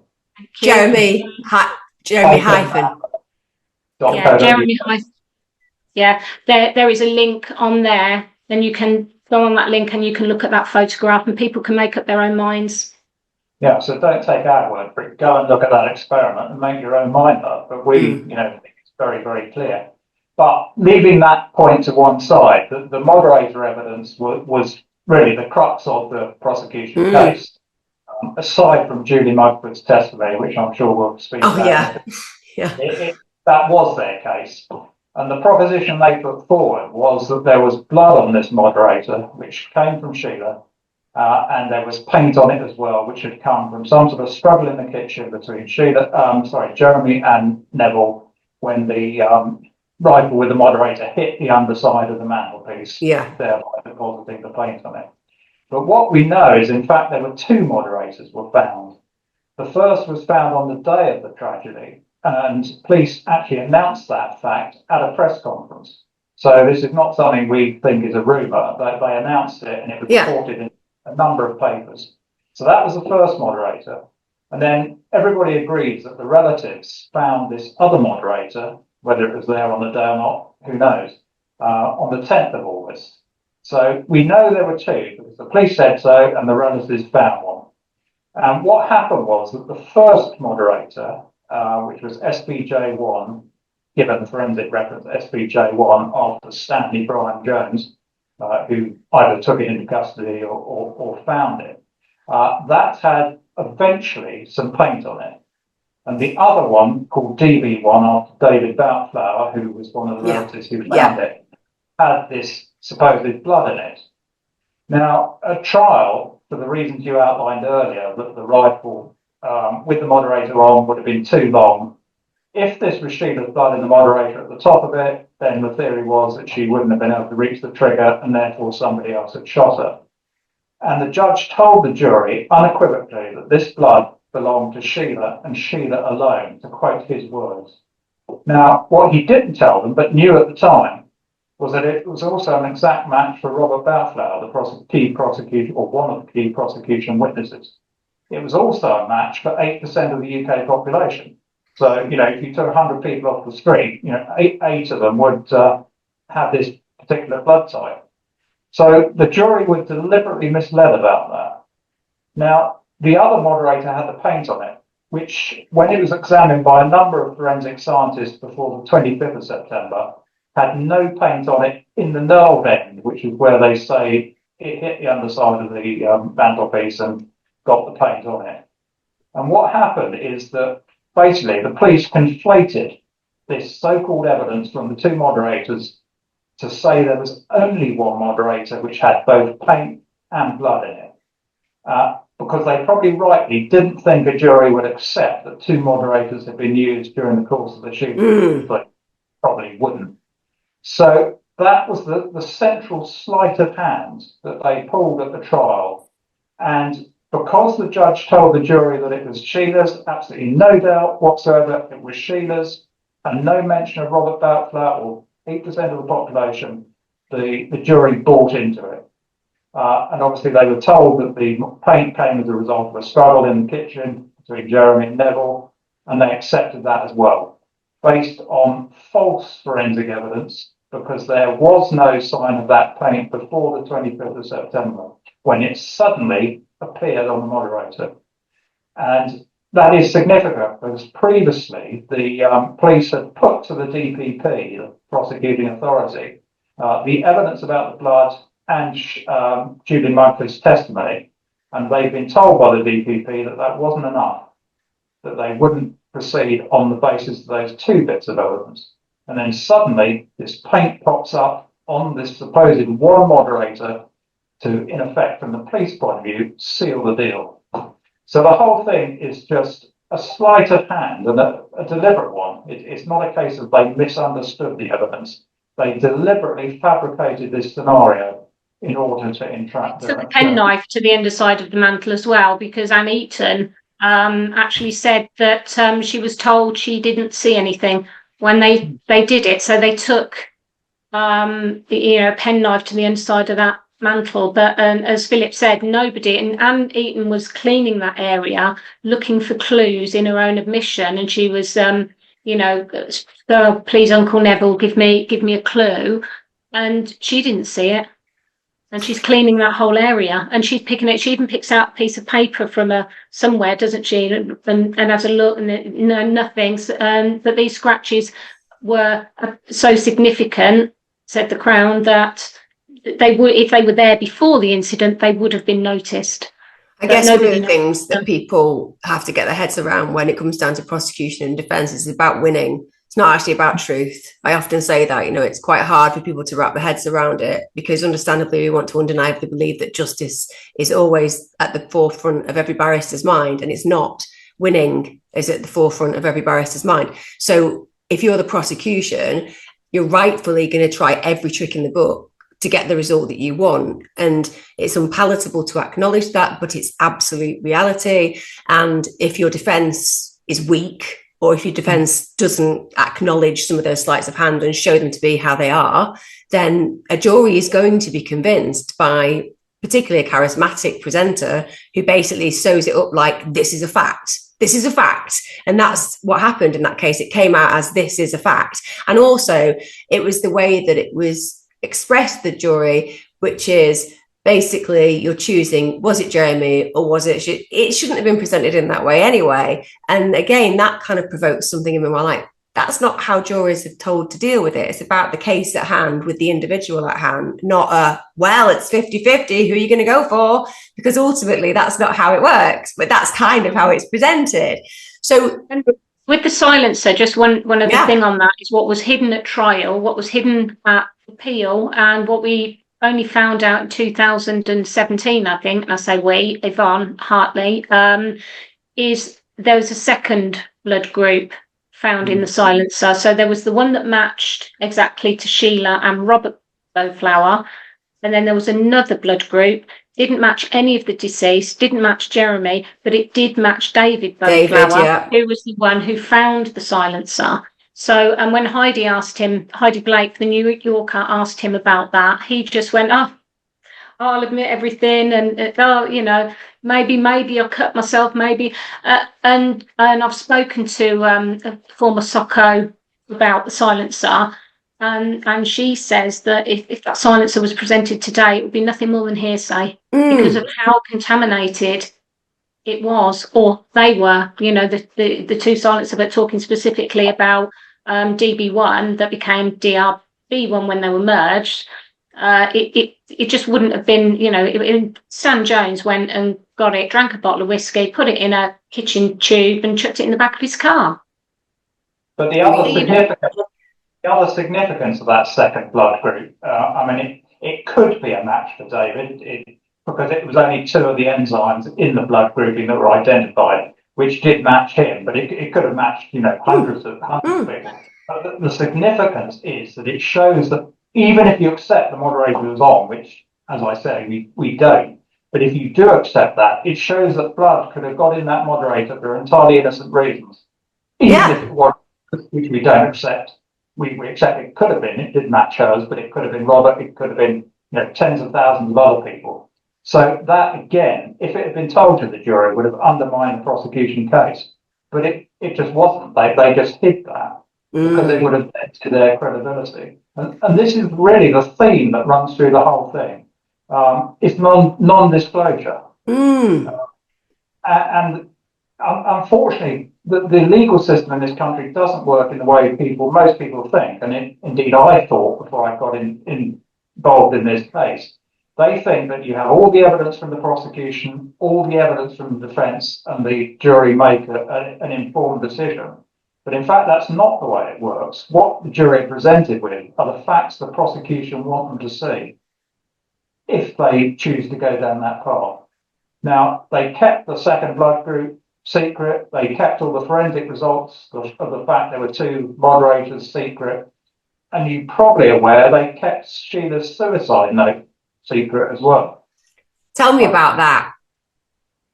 Well, we found out about that from Stan Jones. Because when he was being interviewed, I believe, by the State and Church Inquiry, they said, well, why did you rush to this conclusion? And he said, well, if you've got a suicide note like we had, you obviously, you take that at face value, and that's the conclusion you come to. And up to that point, nobody had any idea there'd been a suicide note. But that note, so the police have never denied there was a suicide note, has just gone walkabouts. We actually believe it's in the National Archives because another sleight of hand the police indulged in was that the Sheila case of murder-suicide was given one case number reference, and Jeremy's case was given another one. And we believe they put all these things, like the suicide note, in Sheila's file. They've put an 80-year embargo on it in the National Archives, and they can say, when we ask for disclosure in Jeremy's case, well, we've disclosed everything in that case, when in fact everything we actually want is in the other, Sheila's, file. And that's another sleight of hand that's dogged this particular case. Out of interest, is there anything you can do to get that at any point? Would it be possible to overturn that, really? Well, the CCRC can get it. Yeah, so that's the kind of thing that you hope for, right? Because what's there to hide? If there's nothing to hide, there's nothing to hide. They won't get it. There are 260 files under either from 50 year to 80 year embargoes in the National Archives. And that is quite extraordinary, because even things like the cabinet papers from the Falklands War, which obviously are highly sensitive and a matter of national security, were released after 30 years. So what possible justification can there be for having such long embargoes on what supposedly are just ordinary case files? And I guess that one of the things that was pushed in the press was this narrative that it was all about money. But they didn't push the narrative that, well, it could have been as far as him being fitted up for the job, essentially, because the family who basically benefited were the family who, for example, went and moved into the farmhouse. I mean, Anne went and lived in the farmhouse, didn't she? Something I just honestly can't wrap my head around it. I can't. The idea that you would move into a farmhouse where your family had been murdered, I cannot connect with that. I would want to never see that place again, as I do with my father and his home. You know, I don't want to see my dad's place where I grew up, because I love him and I lost him there, you know, and it was me who had to deal with his suicide there. And now it's just a place which feels very foreign. And so I can't, and that's a bias because of my experience, but I can't connect with that. And also it worries me that the very people who came up with this grand suggestion about the fact it was Jeremy, and the fact that he was a wrong un, basically, and the fact that it was all about this theory of him inheriting money, really the beneficiary would always have been he and his sister, whatever, as you noted earlier on. But there would have been big problems for the rest of the family if Jeremy decided he didn't want to carry on with the caravan park, or he didn't necessarily want to carry on down the line of his father's work, because let's be honest, he wanted to go out and experience the world, and probably wanted to do what a lot of young people wanted to do and have fun. So money would have been nice, of course it would, and you probably would want to get as far away from what had happened as possible. So arguably he would have had a lot more power financially in the family and with decisions around that family, right? And I think that, if I'm right, Anne was very hopeful that the caravan park would go to her, from what I can understand, and that she was just waiting for that. And I understand as well how upsetting that would be to lose something that's really powerfully important to you, right? Because you always feel like if something's promised, it should come to you. But nonetheless, Anne was due to lose a lot more, right? Because she'd done a secret land deal with Neville, where Neville was she couldn't afford to buy this plot of land to farm, or her and her husband Peter. So Neville bought it for her to farm, and that she would then eventually, her and Peter would then eventually pay him back, and that would be their bit of land. But of course, when the tragedies happened, that would then, that piece of land that Neville had promised to them, that Jeremy didn't know anything about it, June didn't, would go to Jeremy, and Jeremy could then do what he wanted with it, and he wouldn't have to have continued with that deal at all. But and it's important to understand that Jeremy wasn't seen as family by the Bowflowers. He was the cuckoo, as they called him in the nest. So he wasn't a relative as far as they were concerned. And Uncle Robert was very much, you've got to earn an inheritance, and he was kind of that. So it must have been extremely galling to them immediately. I think there were signs that they were after the money. I mean, Anne Eaton, I think Jeremy's family had just been annihilated hours earlier, when she's asking for June's wedding and engagement ring. Well, things were being taken from the house constantly, weren't they? I mean, like, they were clearing the house and it wasn't theirs to clear, and understandably you put a veto on that. Nobody has a right to do that. Stay away. Yeah. Yeah, but they switched that and said, oh, Jeremy was selling off the family treasures and the silverware, and he was doing all this. He was putting it in safekeeping because they were the ones that were, that were pilfering. But even if that were the case, which it wasn't, but even if that were the case, that still does not make somebody capable of murder. It's always the same when it comes down to relationships and families. You don't even have to like your family. The idea that you have to. I know he did grieve his family. I know he was on Valium. I know he was drinking really heavily. I know he was kind of like managing to blot himself out. And that's probably why some people felt that he wasn't that connected, or why he was hysterical at some points and not at other points, because he was dealing and self-medicating in that way. But ultimately, if you don't even like your family, you don't need to grieve. It doesn't mean you've killed them, right? So I think that we have this idea and expectation of how people are meant to be, and there's nothing more contentious in life than money. There really isn't. And if you feel, as Robert Balfour did, that they're potentially going to lose everything or lose a big portion of it, or Anne was going to lose it, you can create a narrative in your head, not even because you're a bad person, right? Not even because you're malicious or malevolent, not because you're trying to really do a job on somebody else, but because genuinely you're thinking, well, it makes sense if I do A, B, and C. That would make sense to me that he'd want to kill them for that money because I want that, and now I'm not going to get it. And that's because he's this person who's gone ahead and trying to steal it from me. And you can build a picture that's really powerful. And it's not even that you've got the malevolent intent, it's that you feel that you are having something taken and that's unjust, and therefore the person who's done it must be seeking an injustice towards you because they're terrible, and therefore it becomes more possible to create scenarios and suggestions that you suddenly start believing because you want it to be true, because then you don't lose. And that is something that I think psychologically is very powerful. And it doesn't say that the people are terrible people. It just says that you're believing something because you have a bias and it works for you. And from that point onwards, it's amazing how you can build pictures in. A bit like with the police investigation, one person said it's a murder suicide. It's very clear. Everyone was on the same page. Job done. Let's bring 3,000 officers in to completely destroy a scene altogether.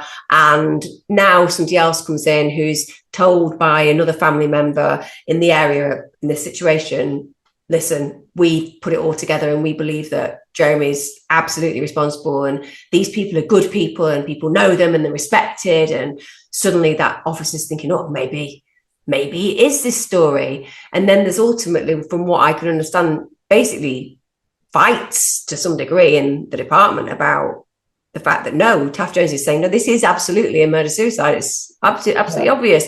And then somebody's coming in and going, no, there's more to this story. And again, they want there to be more to this story. I want it to be. Stan Jones actually said, I was going to, I was, I can't remember his exact words now, Philip. Can you? I was looking for something to go and arrest Bamber for. That was what he was saying. I was looking for something to go and arrest Bamber for. So already you've got him, and he was the, pivotal in that role of pushing the guilty narrative. He was very much pushing that, and the police officers were the same. They were very friendly with the family, and one example, which it still shocks me that this happened, was when I talked about Anne and the engagement, asking for June's engagement and wedding ring, and Jeremy said absolutely not. She's going to be cremated with them. That's what she's always wanted. She was so proud to wear those rings, and she's going to to her maker with them. He was the next of kin. So how or why this was agreed, I don't know. But at the mortuary, Anne was given the rings by a police officer. It's just Jeremy crazy. didn't know this. Jeremy found this out years later. He was so upset. He found this out. He thought up until really recently that his mum was cremated with her rings. It was only recently in the paperwork that we discovered that actually they were given to Anne Eaton. And yet, if he'd have been interested in the money, well, he would have been getting those off with a bit of butter, wouldn't he? And pocketing those, selling those, because that's what you're going to do. You're not going to be a bit of a money grabber. I'm a bit of a money grabber, but I'll leave those really expensive rings on. It, again, disturbs me. Sorry, just the other financial factor to consider, obviously, is that Mike Ainsley, the senior investigating officer of the third investigation that eventually convicted Jeremy, went to work for the Bouncloud family after the tragedy.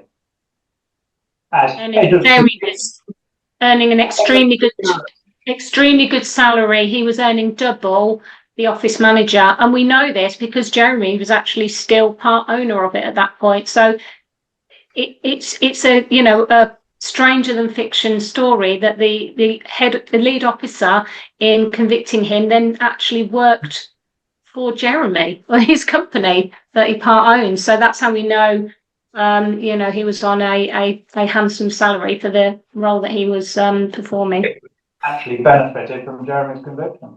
So you couldn't make it up, really. You really couldn't. No, I mean, that in itself feels like a huge conflict of interest anyway. I mean, just on a very basic level, that would feel like a huge conflict of interest that somebody had been involved in an investigation, convicted somebody because of that investigation, that went and did a whole 180 on what was actually being said initially and then benefits financially. That feels very strange. When you think about the fact that in the UK, you can't, well, at least in England, you can't benefit from ill-gotten gains. Don't get me wrong. There are areas like in Scotland, for example, where that's happened in recent years. But in England, ill-gotten gains, you don't get it. And yet, to some degree, if a miscarriage of justice occurred, then the ill-gotten gains actually played out in that direction, right? And that would be harrowing. So one of the things that I talked about in my video, the second part, is that I think that people struggle with the fact that Sheila was apparently clean. Now, I've watched your TikTok video and I will put a link on so people can go and have a look at those just to kind of really associate themselves with it. But she wasn't necessarily that clean, but I think she was cleaner than was expected. And for me, that wouldn't be unusual because ritualistic killings with a religious intent, people do things like bathe, so I would be interested to see your take on it as well. But like I said, that to me didn't stand out too much. I was like, okay, that's something I've seen before. I've seen it in deaths where they drown the children or they stab the children and they clean themselves. And it's part of the kind of preparing for what's coming, which is hopefully for them in their minds, heaven. And they've saved their kids from the horrible things that are happening, or they've got rid of the evil demons in the children. Bathing is part of it. But you have a different take on it to some degree from what I was looking at within your TikTok video.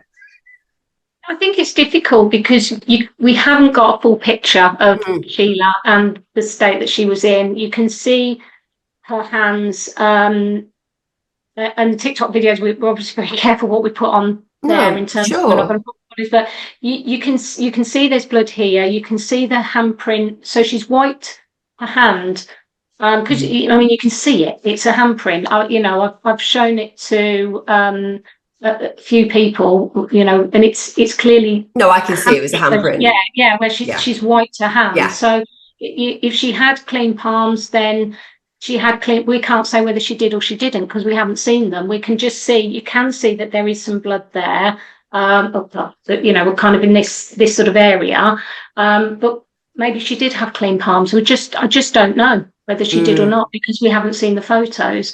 But gosh, it's just the fact that they don't want to give you any of this stuff. It just doesn't make. I mean, it does make sense on one level, but it doesn't make any sense. If you are listening to this and you don't know a lot about the case and you're hearing what you're talking about now, there's a very obvious solution, which is just release all the evidence. Just release it all, right? Dead simple. Yeah, they won't. Yeah. And so when you say, they won't, then automatically it's like, well, why would you not? Because there's nothing to hide. The guy's guilty as hell. You've said it. It was an open shut case when you decided that he was somebody financially gaining and he was narcissist. So put it all out there. Everyone can look and make their own decision. But it's not happening. All they say, and we've had the help from Peter Tatchell, the human rights campaigner, has written to DJ Harrington of Essex Police, and I think his predecessor as well, asking them to release the evidence in the case, and they just refuse. They use the excuse, Jeremy's case has been, investigated over time. It's stood the test of time and public scrutiny, etc. And therefore, I'm not going to authorise my officers to release any further documentation. But how can any review investigation be fairly conducted when there is so much that they refuse to disclose that we know will show? But we can put this in the context of the moderators, as we were saying earlier. They were central to the prosecution case. And how many photos do you think were made available of the moderators? And we know that there were hundreds taken because we have the record showing, the number that we're taking. They have released a grand total of none. Not a single photograph, original photograph, has been released of any moderator involved in the case. They produced one highly distorted photocopy of a photocopy of one, in which you couldn't make out any detail whatsoever. But as you say, if their case is strong and supported by the evidence, release all those photos. And it's not just a case that they haven't released them; they've gone to considerable trouble. We took them to judicial review several years ago, asking for these photos, and the Crown prosecution spent tens of thousands of pounds to stop us getting them. So it's not just a matter of them saying, well, you can't have them. They're shelling out serious public money to stop us getting them. And as you say, you have to ask yourself, why are they behaving? Well, the other thing that I suppose is one of the big elephants in the room is the lead witness, I suppose, which is the ex-girlfriend of Jeremy Bamber, who only basically went to see the police and give the interview after he said that he didn't know if he loved her. That seems to be, for me, the real thing that connected with her, that she was really unhappy. She felt that he was going to reignite some kind of relationship elsewhere, potentially. He was honest with her and said, maybe I'm not that in love with you, which I'm just going to throw it out there. If you're an arch manipulator, if you're a psychopath at the highest level, who for the last 40 years has been absolutely convincing at playing a non-psychopath, I don't think it would take a great deal of your intelligence to think, probably after telling my girlfriend, stroke fiance, that I've killed my entire family and I've been plotting to do this for quite a while, it's probably not a good idea during this very, very early period to admit that actually I don't love her. Because just going to throw it out there, for any manipulator, you're going to be keeping that person on side the entire time, trying your best to make sure that they don't go and tell anybody, or you're going to kill them. You're going to do one of those things, right? You're going to murder them because they're loose cannon. Let's get all those loose ends sorted out. Or you're going to keep them on side for as long as you need to, because it's a dangerous game telling somebody that you're going to do all of this stuff. And yet that's the story that we're being told, that basically he told her that he was going to kill them, when he was going to kill them, ideally, that he got someone else paid to kill them, that it turned out that never happened. So apparently Julie is telling the truth, but not the bit where the guy who's just some innocent party didn't get £2,000 to actually murder the entire family. Oh, we'll just forget about that. Forget about Mark. Forget about him. He's a bit uncomfortable truth that he's just completely innocent. But then the stuff that Jeremy said about killing his family, that's apparently true. And we're meant to believe that, and everyone can go home and have a cup of tea and accept that that all makes sense. Like, my head at that point explodes. It's like, what on earth is going on? Well, it's interesting as well, because as a woman, I don't know whether you would concur with this, but I think that if I was with somebody that I knew was capable of murdering or having my entire family, their entire family, whose two small children murdered, I would not provoke that person. If he told me he didn't even love me anymore, so he's capable of killing all of them and he doesn't even love me, I'm not going to provoke him and push him and slap him and smother him with a pillow because he's dumping me. It's not because the murders, it's because he's dumping me. Smashing a mirror and he's on the phone to another girl, I'm slamming the phone down. I'm not doing that. That's the straw, ultimately her being told I'm gonna kill my entire family. She's cool with that. You know what I mean? You do what you need, Jeremy. You go murder your entire family, including 2 6-year-old boys. It's fine. That's not going to make me question my relationship with you. But you get on the phone to another woman. You're serious. You've crossed a line there. And you're like, that's the bit that really gets me. Yeah, of course, I wouldn't provoke somebody who's admitted to family annihilation. But the other thing is, if a man said to me, I'm going to kill my family, I would not be within 1,000 feet of that person. And I would be at the police station saying, this man is saying he's going to kill somebody. He'd been saying it for a year. And she was at the funerals of that. She went and identified the bodies of that family, including those 2 little boys. She said nothing. No. The moment she chose, to tell this story was when he dumped her. Yeah. And you know, there are other cases of I don't want to say women because but it seems to be that behaviour. You know, there's another one. I'm trying to think of the name. Ryan Kerrison, Kirsty Barr. Do you know about that case where No. she could have got him? Well, she made up that he was abusing her and beating her up, and even that he held a gun to her head. I mean, she could have gotten killed by armed police. And she, luckily for him, he was remanded in custody. But luckily for him, he had a cast iron alibi on one of these occasions that he was supposed to be doing this. And she finally admitted, well, she had to. She didn't really have any choice. That she made it all up. She went to prison. So, you know, let's not say women. People can do some really nasty things to men and women can do some really awful things, and some men and women do lie about people. And I guess when you look at that situation where she's brought in as the star witness, and the judge basically has to direct the jury to listen to the fact that, well, she might ultimately have been a fraudulent individual and a liar and a thief. All of those things might be true, but that doesn't mean she's not lying now. You know, that's telling the truth now. So that doesn't mean that she's not telling the truth now. It's like, again, that's like a really interesting direction. It's like, you know, of course, people can lie a lot and then tell the truth. That goes without saying. But in this case, it is really strange for me that the tipping point is, as you said, when he dumps her, not. And then I suppose some people will say, but then he had that phone call where he asked somebody to tell her that, you know, he still had feelings for her and it was a mistake. But I'd be the same, let me tell you, in prison. If I was on remand or if I was looking at going down for a long time and I was thinking, I know that she's making this up. You know, I know that this is because of the fact I dumped her and she's just angry with me and now she's being coerced and co-opted into this situation to just say whatever they needed to say. I'd be like, I love you still. You know what I mean? I would be like that because I'd be like, please, God, just admit that maybe I can rule you broken, you know, but that would be she's got her eyes on the prize, hasn't she? She's got her eyes on the prize, £25,000 from right.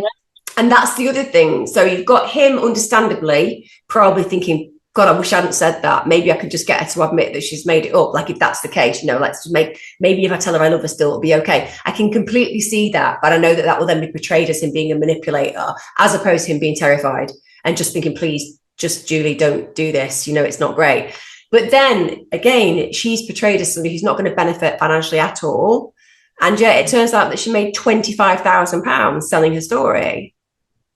Yeah, which bought her a 2-bedroom flat in London and basically set her up for life. But just refining something you said earlier, that, you know, she went to the police, that's not strictly accurate. Somebody went to the police on her behalf. So whether she would have gone to them off her own bat is an open question. But once the police had her... That's fair enough, actually. That's important, actually, because for her, she might have been in a situation where she'd had a conversation with a friend and been angry, and then they've gone and said something, then she's in a difficult position of not knowing what to do. Yeah, the friend is interesting. I mean, I'm sorry, Philip, you finish your point. And then... No, go on. It's not fine. I was going to say the friend she told was interesting as well, the choice of friend that she told. It was Liz Rimington, who had a one-night stand with Jeremy. Wow. So why she chose to tell Liz Rimington, was it to, you know, put her off him, or she was angry with Jeremy? You know, it's just an interesting choice, a friend to confide in. But then it kind of snowballed because obviously in reality it's an extremely serious accusation. And I think it was a case of it just snowballed when she was then picked up by the police. What's she going to do? And then all the check frauds came out, which obviously put her in a highly delicate situation because those were criminal offences.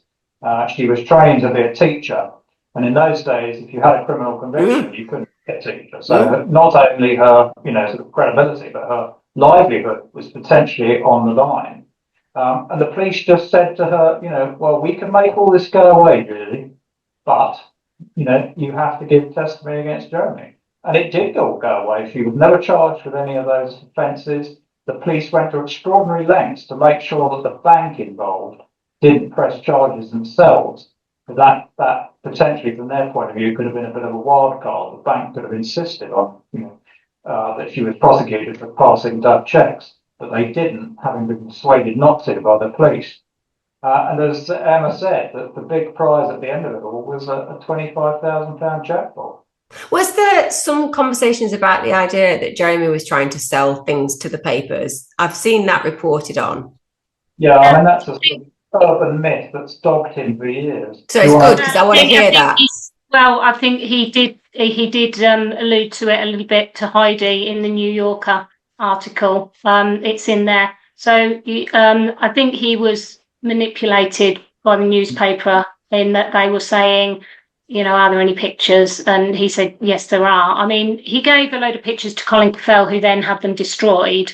But he did kind of admit that there was a conversation to Heidi, but he was at the time heavily on Valium, alcohol, and drugs. And Valium is diazepam, isn't it? And if you look at side effects of diazepam or Valium, it says unusual behaviour is a side effect of it.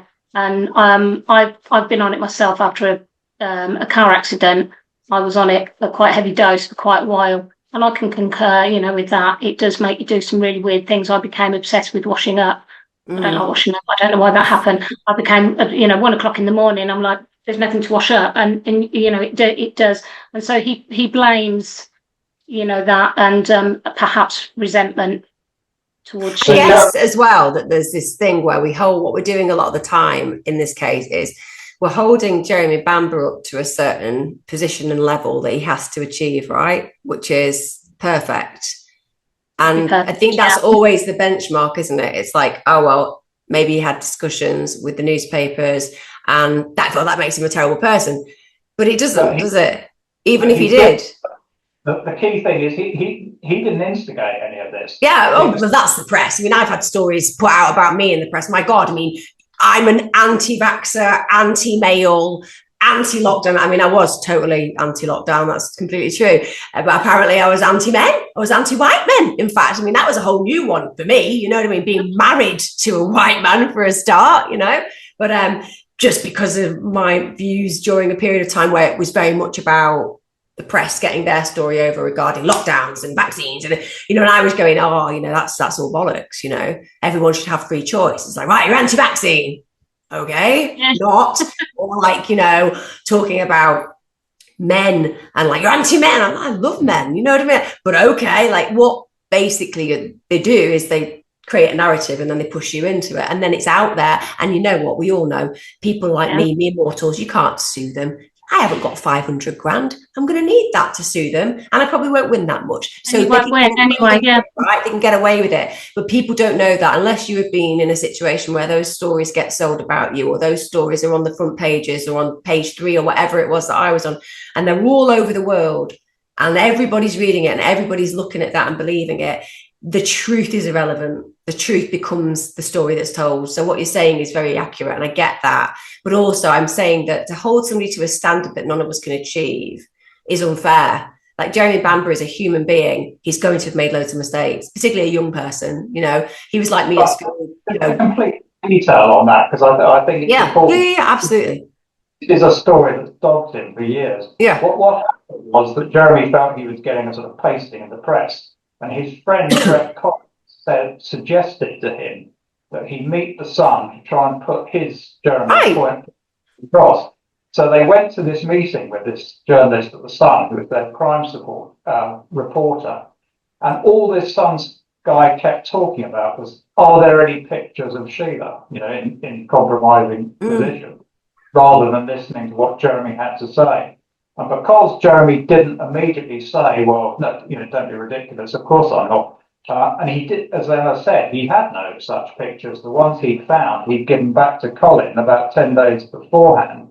And of course, his slight hesitation was leapt on by the Sun. Oh, Bamber tries to sell, topless pictures of Sheila.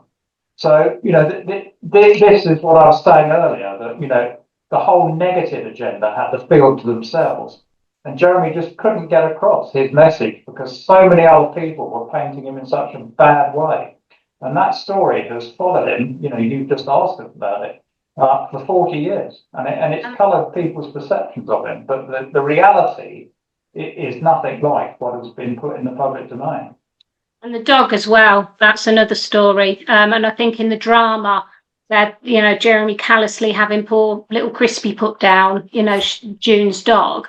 And he did have the dog put down. This dog was 17 years old, traumatised, snappy. Nobody wanted this dog. It was the fairest and kindest thing to do, and it was done at the suggestion of the vet. There were two dogs. There was a farm dog, and Jeremy managed to rehome that one, but nobody wanted Crispy because of the age of the dog, how it was traumatised, it was snapping at everybody, and it was the fairest thing to do. Now, if Jeremy was this callous dog murderer, well, then he would have just murdered the Crispy and Bruce on the night when he murdered his family. You know, do you know what I mean? That if that was the narrative, then why would he have rehomed one and not the other? And why wouldn't he have just shot them on the night of the murders? You know, but people see that he had the dog put down. That's what convinced me he did it. Well, I mean, they need to go to kill shelters all over the UK and realise that a lot of people happily take their dogs in.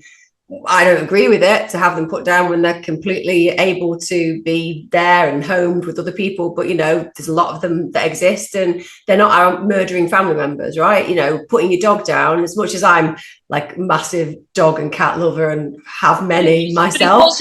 No, we didn't. But what I'm trying to say is when people have to start using that as a convincer, it's a poor convincer is what I'm saying, because there are people who notably take 2-year-old dogs into the vets and insist that they're put down because they don't want to keep them anymore, right? That happens all the time. It doesn't make them a murderer.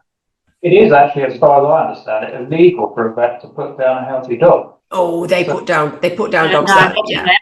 I'm sure in practice they do, but it's illegal.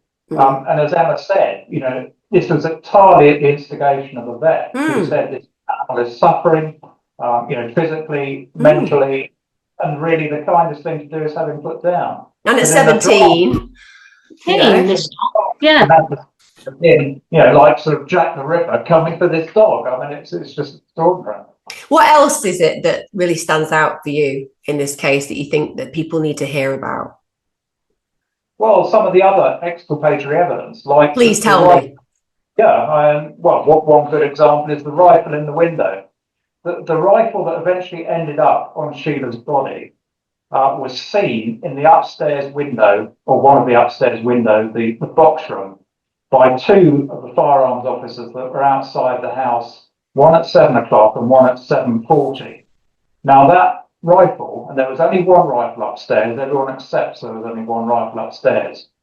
If they saw that rifle in the window, that rifle moved from the window onto Sheila's body.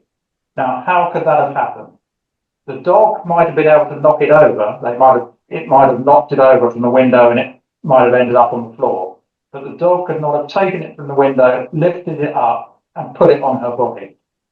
Now, 2 officers saw that. We, in fact, believe there are far more, and they haven't released the statements of the other ones that saw it. And we also think it's probable there may be a photo of that somewhere, but we haven't been able to find it yet. So that is just one other exculpatory piece of evidence. And if that rifle was seen in the window, then again, there is no doubt that he's innocent because only Sheila could have moved it. So how is he? Like, how is he? We're talking 4 decades now. Well, obviously, it's been an absolute ordeal. You know, the other factor is he's in a Category A prison. I know. As a result of the relatives, because when he was, you know, he's been a model prisoner, no trouble at all. And quite rightly, the prison service were going to downgrade him to Category B, which would have made his life much more bearable. But the relatives objected because they feared for their lives. So he's in, you know, with the worst of the worst, you know, people like Dennis Nielsen, Huntley, you know, they're all what they call the Monster Mansion at HMP Wakefield. So it is an incredibly grim existence. You know, living in that place for a week would break most people. The fact that he's still sane and, you know, a decent human being after 40 years is an incredible testament to his strength of character.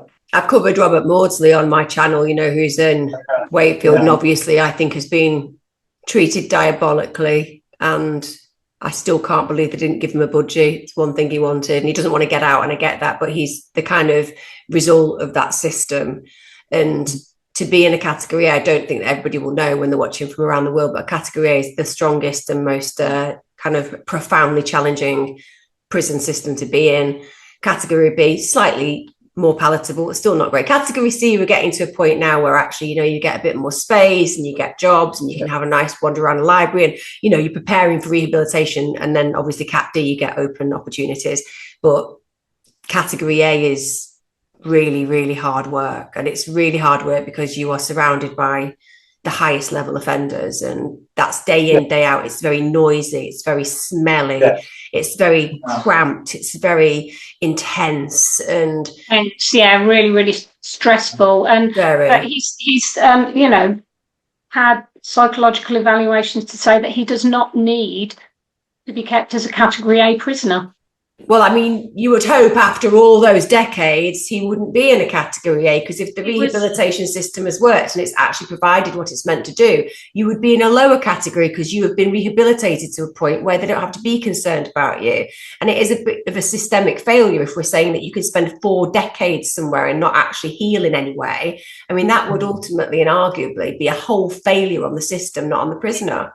It's a catch-22 situation for prisoners maintaining innocence, because they say, you know, they're not facing up to the crimes that they committed, and therefore that's why people like, you know, Andrew Malkinson, I think, is an example of that, but spent a lot longer in prison than he would have done if he'd had said, lied and said that he did it. Yes, time and time again. Originally, he was given a 25-year tariff. Obviously, the situation would have changed after he'd been given the whole life tariff. But before that, if he'd come out and say, oh, yeah, I did do it, then after 25 years, he would have been eligible for parole.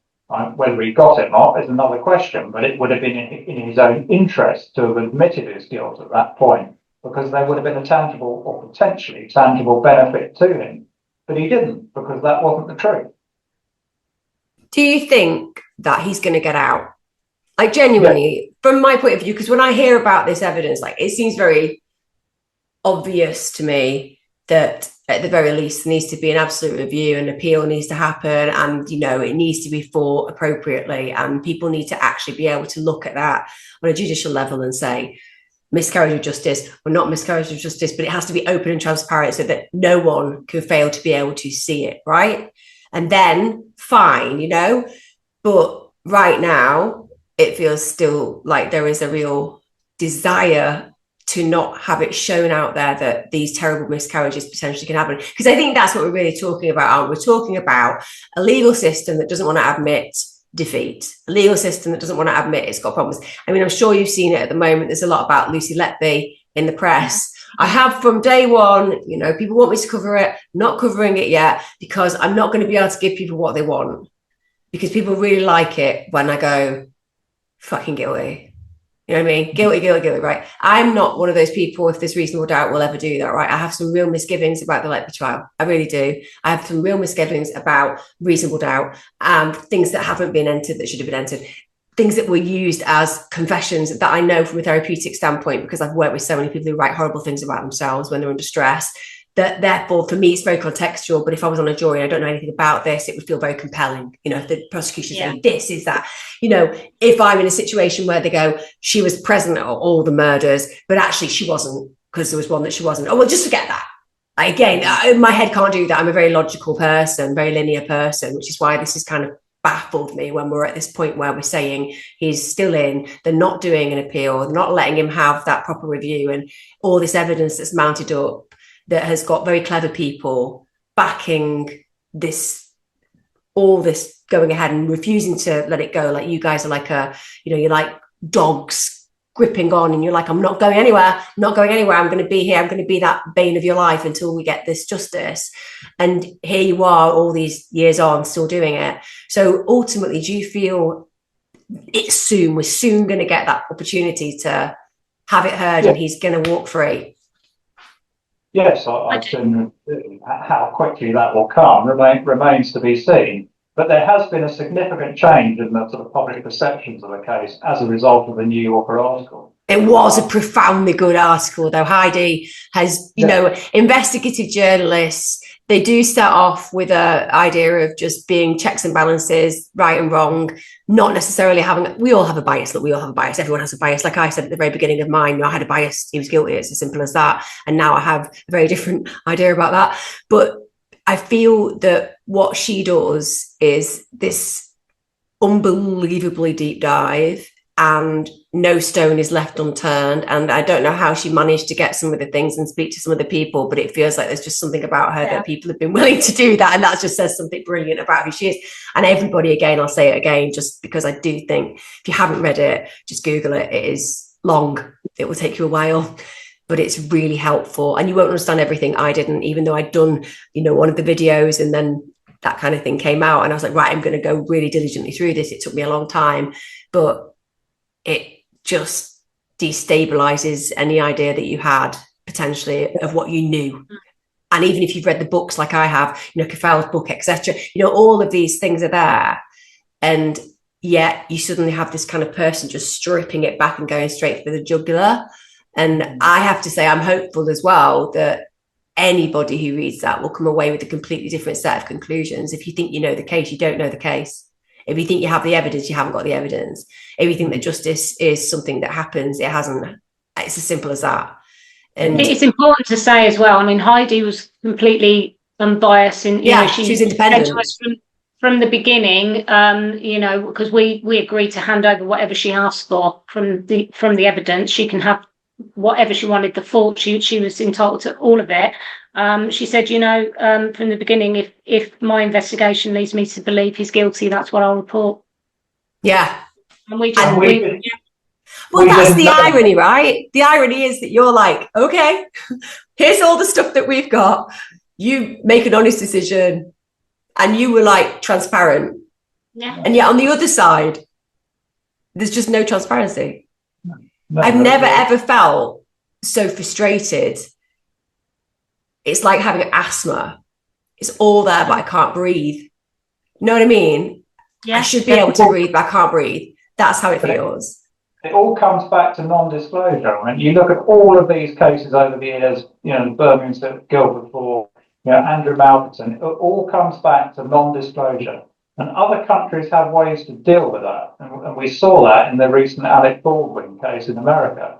They have a rule called the Brady violation, where any non-disclosure means that you pretty much automatically have a retrial. Absolutely. And that removes the incentive for police to keep things under wraps, because they know there's no point in doing that, because if it comes out, it's, you know, totally undermine their case.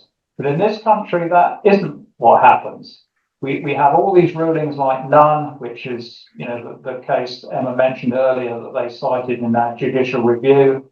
And it is very, very difficult to extract this evidence from the other side. And it seems that the system is set up to, you know, maintain miscarriages of justice.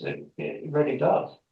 Before I let you go, is there anything that you want to add so that you have managed to put across the important information? What I say is, as you've mentioned, you know, to your viewers, don't take our word for all this. Go and look at the evidence. And I think that's the key thing the New Yorkers achieved, that people are now going past the urban myths and all the stories that have been floated around over the years, and they're now looking at the evidence. And once they do that, they can see that this is an innocent man, basically. And that is shown in multiple ways, not just, you know, one piece of evidence. All of the evidence shows he's innocent. I guess that one of the things that I think is really powerful as well is Jeremy Bamber is fortunate in the fact that people like yourselves have grabbed onto it and not let go. But ultimately, if it's proven that Jeremy Bamber is indeed innocent, as certainly you 100% believe, New Yorker certainly seems to suggest, and other people have talked about this in the past in the media, but he's got all of those people doing that work, right?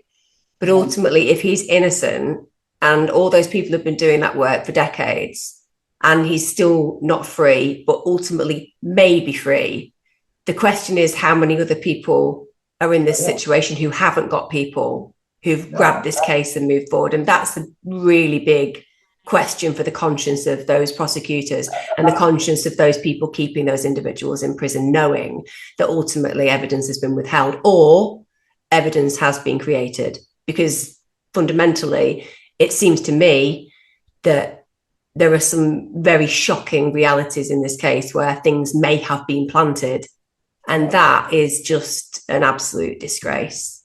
Planted or hidden, such as the two shots we were discussing earlier. But your underlying point highlights the ineffectiveness of the CCRC, because that was the role they were meant to be playing.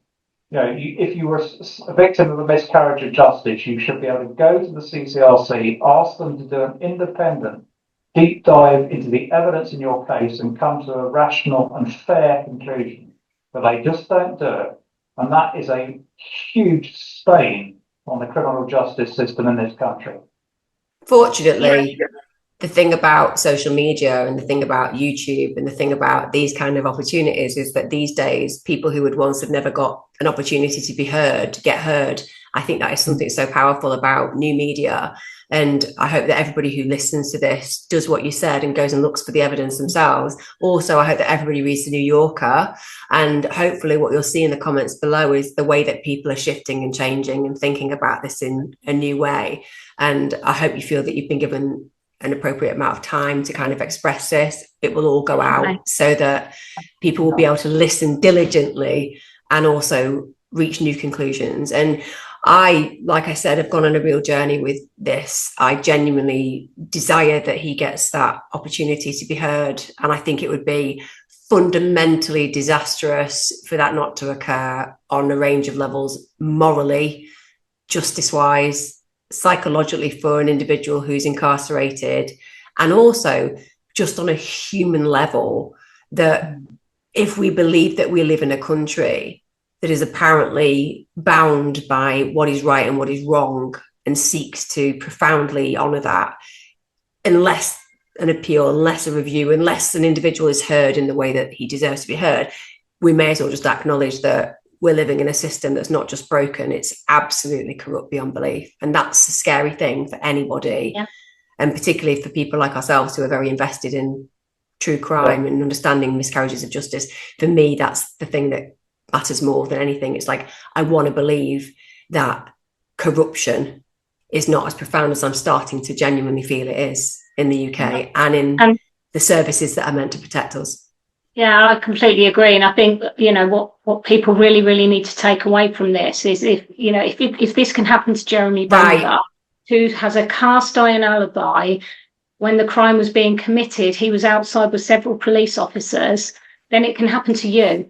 It can happen to anybody and does. Innocent people go to prison all of the time for things that they haven't done. And the charity appeal have, you know, people knocking their door down, they're turning people away because they don't have enough, you know, appeal of the organisation that finally helped Andrew Malkinson get his justice. And they're turning people away that want the help because they are saying that they are a miscarriage of justice. And they're not rare, they're not the anomaly as I once thought they were. There are, I think Paddy Hill estimated about 3,000 people any one time in prison.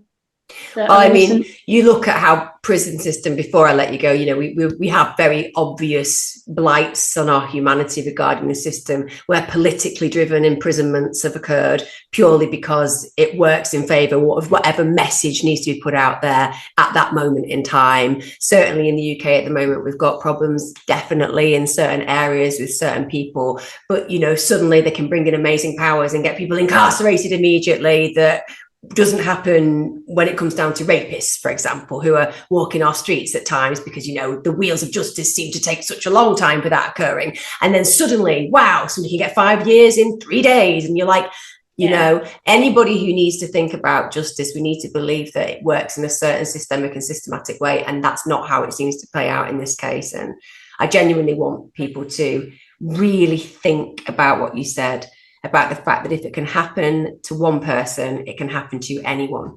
That's it. You know, we always appreciate, don't get me wrong, mistakes happen. There are innocent people who are convicted because the evidence genuinely seemed to suggest that they deserve to go to prison, right? No, that's true. That happens. And the way that should work is that then when new stuff comes out, they should be freed. That's how it should work. Yeah. But it feels a bit like once the lock is turned, you can just rot away. Once you're found guilty, that's it. Your fight is going to be, in majority of cases, years, if not decades. And that's about ego, not about justice, isn't it? Yeah, that's our further hope. Our hope is not just for Jeremy, who clearly we hope will be released soon. We hope that his exoneration will be such a shock to the system that it will lead to systemic reform. So this won't happen to other people. And the two areas that needs to happen is around disclosure, which we discussed, and the CCRC, which we've also talked about. So hopefully it will be not just good for Jeremy, but good for everybody. I want to say thank you for a large amount of your time. I've kept you for a good few hours. I wanted to do it very thoroughly, and I think it's only right for my viewers to actually get to listen to it thoroughly and to hear your points thoroughly, as opposed to just what happens a lot of the time on TV where you just get a few minutes or a radio interview. I just kind of want it out there, like all your other stuff is out there, so that people can come here and be like, okay, I'm going to listen. Because the beautiful thing about my listeners and viewers is they do have a really good attention span. They listen, they're really invested, and they're very invested in this case. A lot of people have asked me to cover it a lot of times. I've always been very resistant because I don't want to do a bad job. I'm really glad I have done. And I would like to just send a message to Jeremy Bamber that, we've heard the new information, we've listened to you, and we hope that he gets his day, because he certainly deserves it. Irrespective of outcome, he deserves that day. And people like you, it's good to know that you exist, because, like I said, people like you make differences to this world, differences to systems that are there that are unjust. And hopefully it will make a big difference in the future to many people who would otherwise rot away in prison. So thank you for spending time, and I've really appreciated listening to you. Thank you for having us. We really appreciate you. Not at all. Having us on. Like I said, it's the least I can do when I went on record calling him a narcissistic psychopath who had manipulated people and deserved to be in prison. You don't get to say that and not acknowledge when maybe you said things that were inaccurate. That's really important to me. Fantastic. And it's brilliant that you've done that, because not many people do. Not many people would. They just go away quiet, just won't say anything. No, truth is more important. Down. Yeah, so no, we really appreciate. No, God. In fact, that's one of the things that I think it's really laying with me heavily. And it was great when Philip got in touch and was like, "Oh, can I help you?" I was like, "Yes, you can. Come and speak to me." And it's not because I'm kind of trying to go, "Oh, I'm terrible," but I'm saying, I did what I said. I said what I believed at the time, and I wasn't informed, and I hadn't done my research to the degree that I have now. And for that, I add to a burden that is already very heavy, potentially for somebody to have had to carry all these decades. And it's important that when you see something that you did wrong, there is a fault line there, you correct it.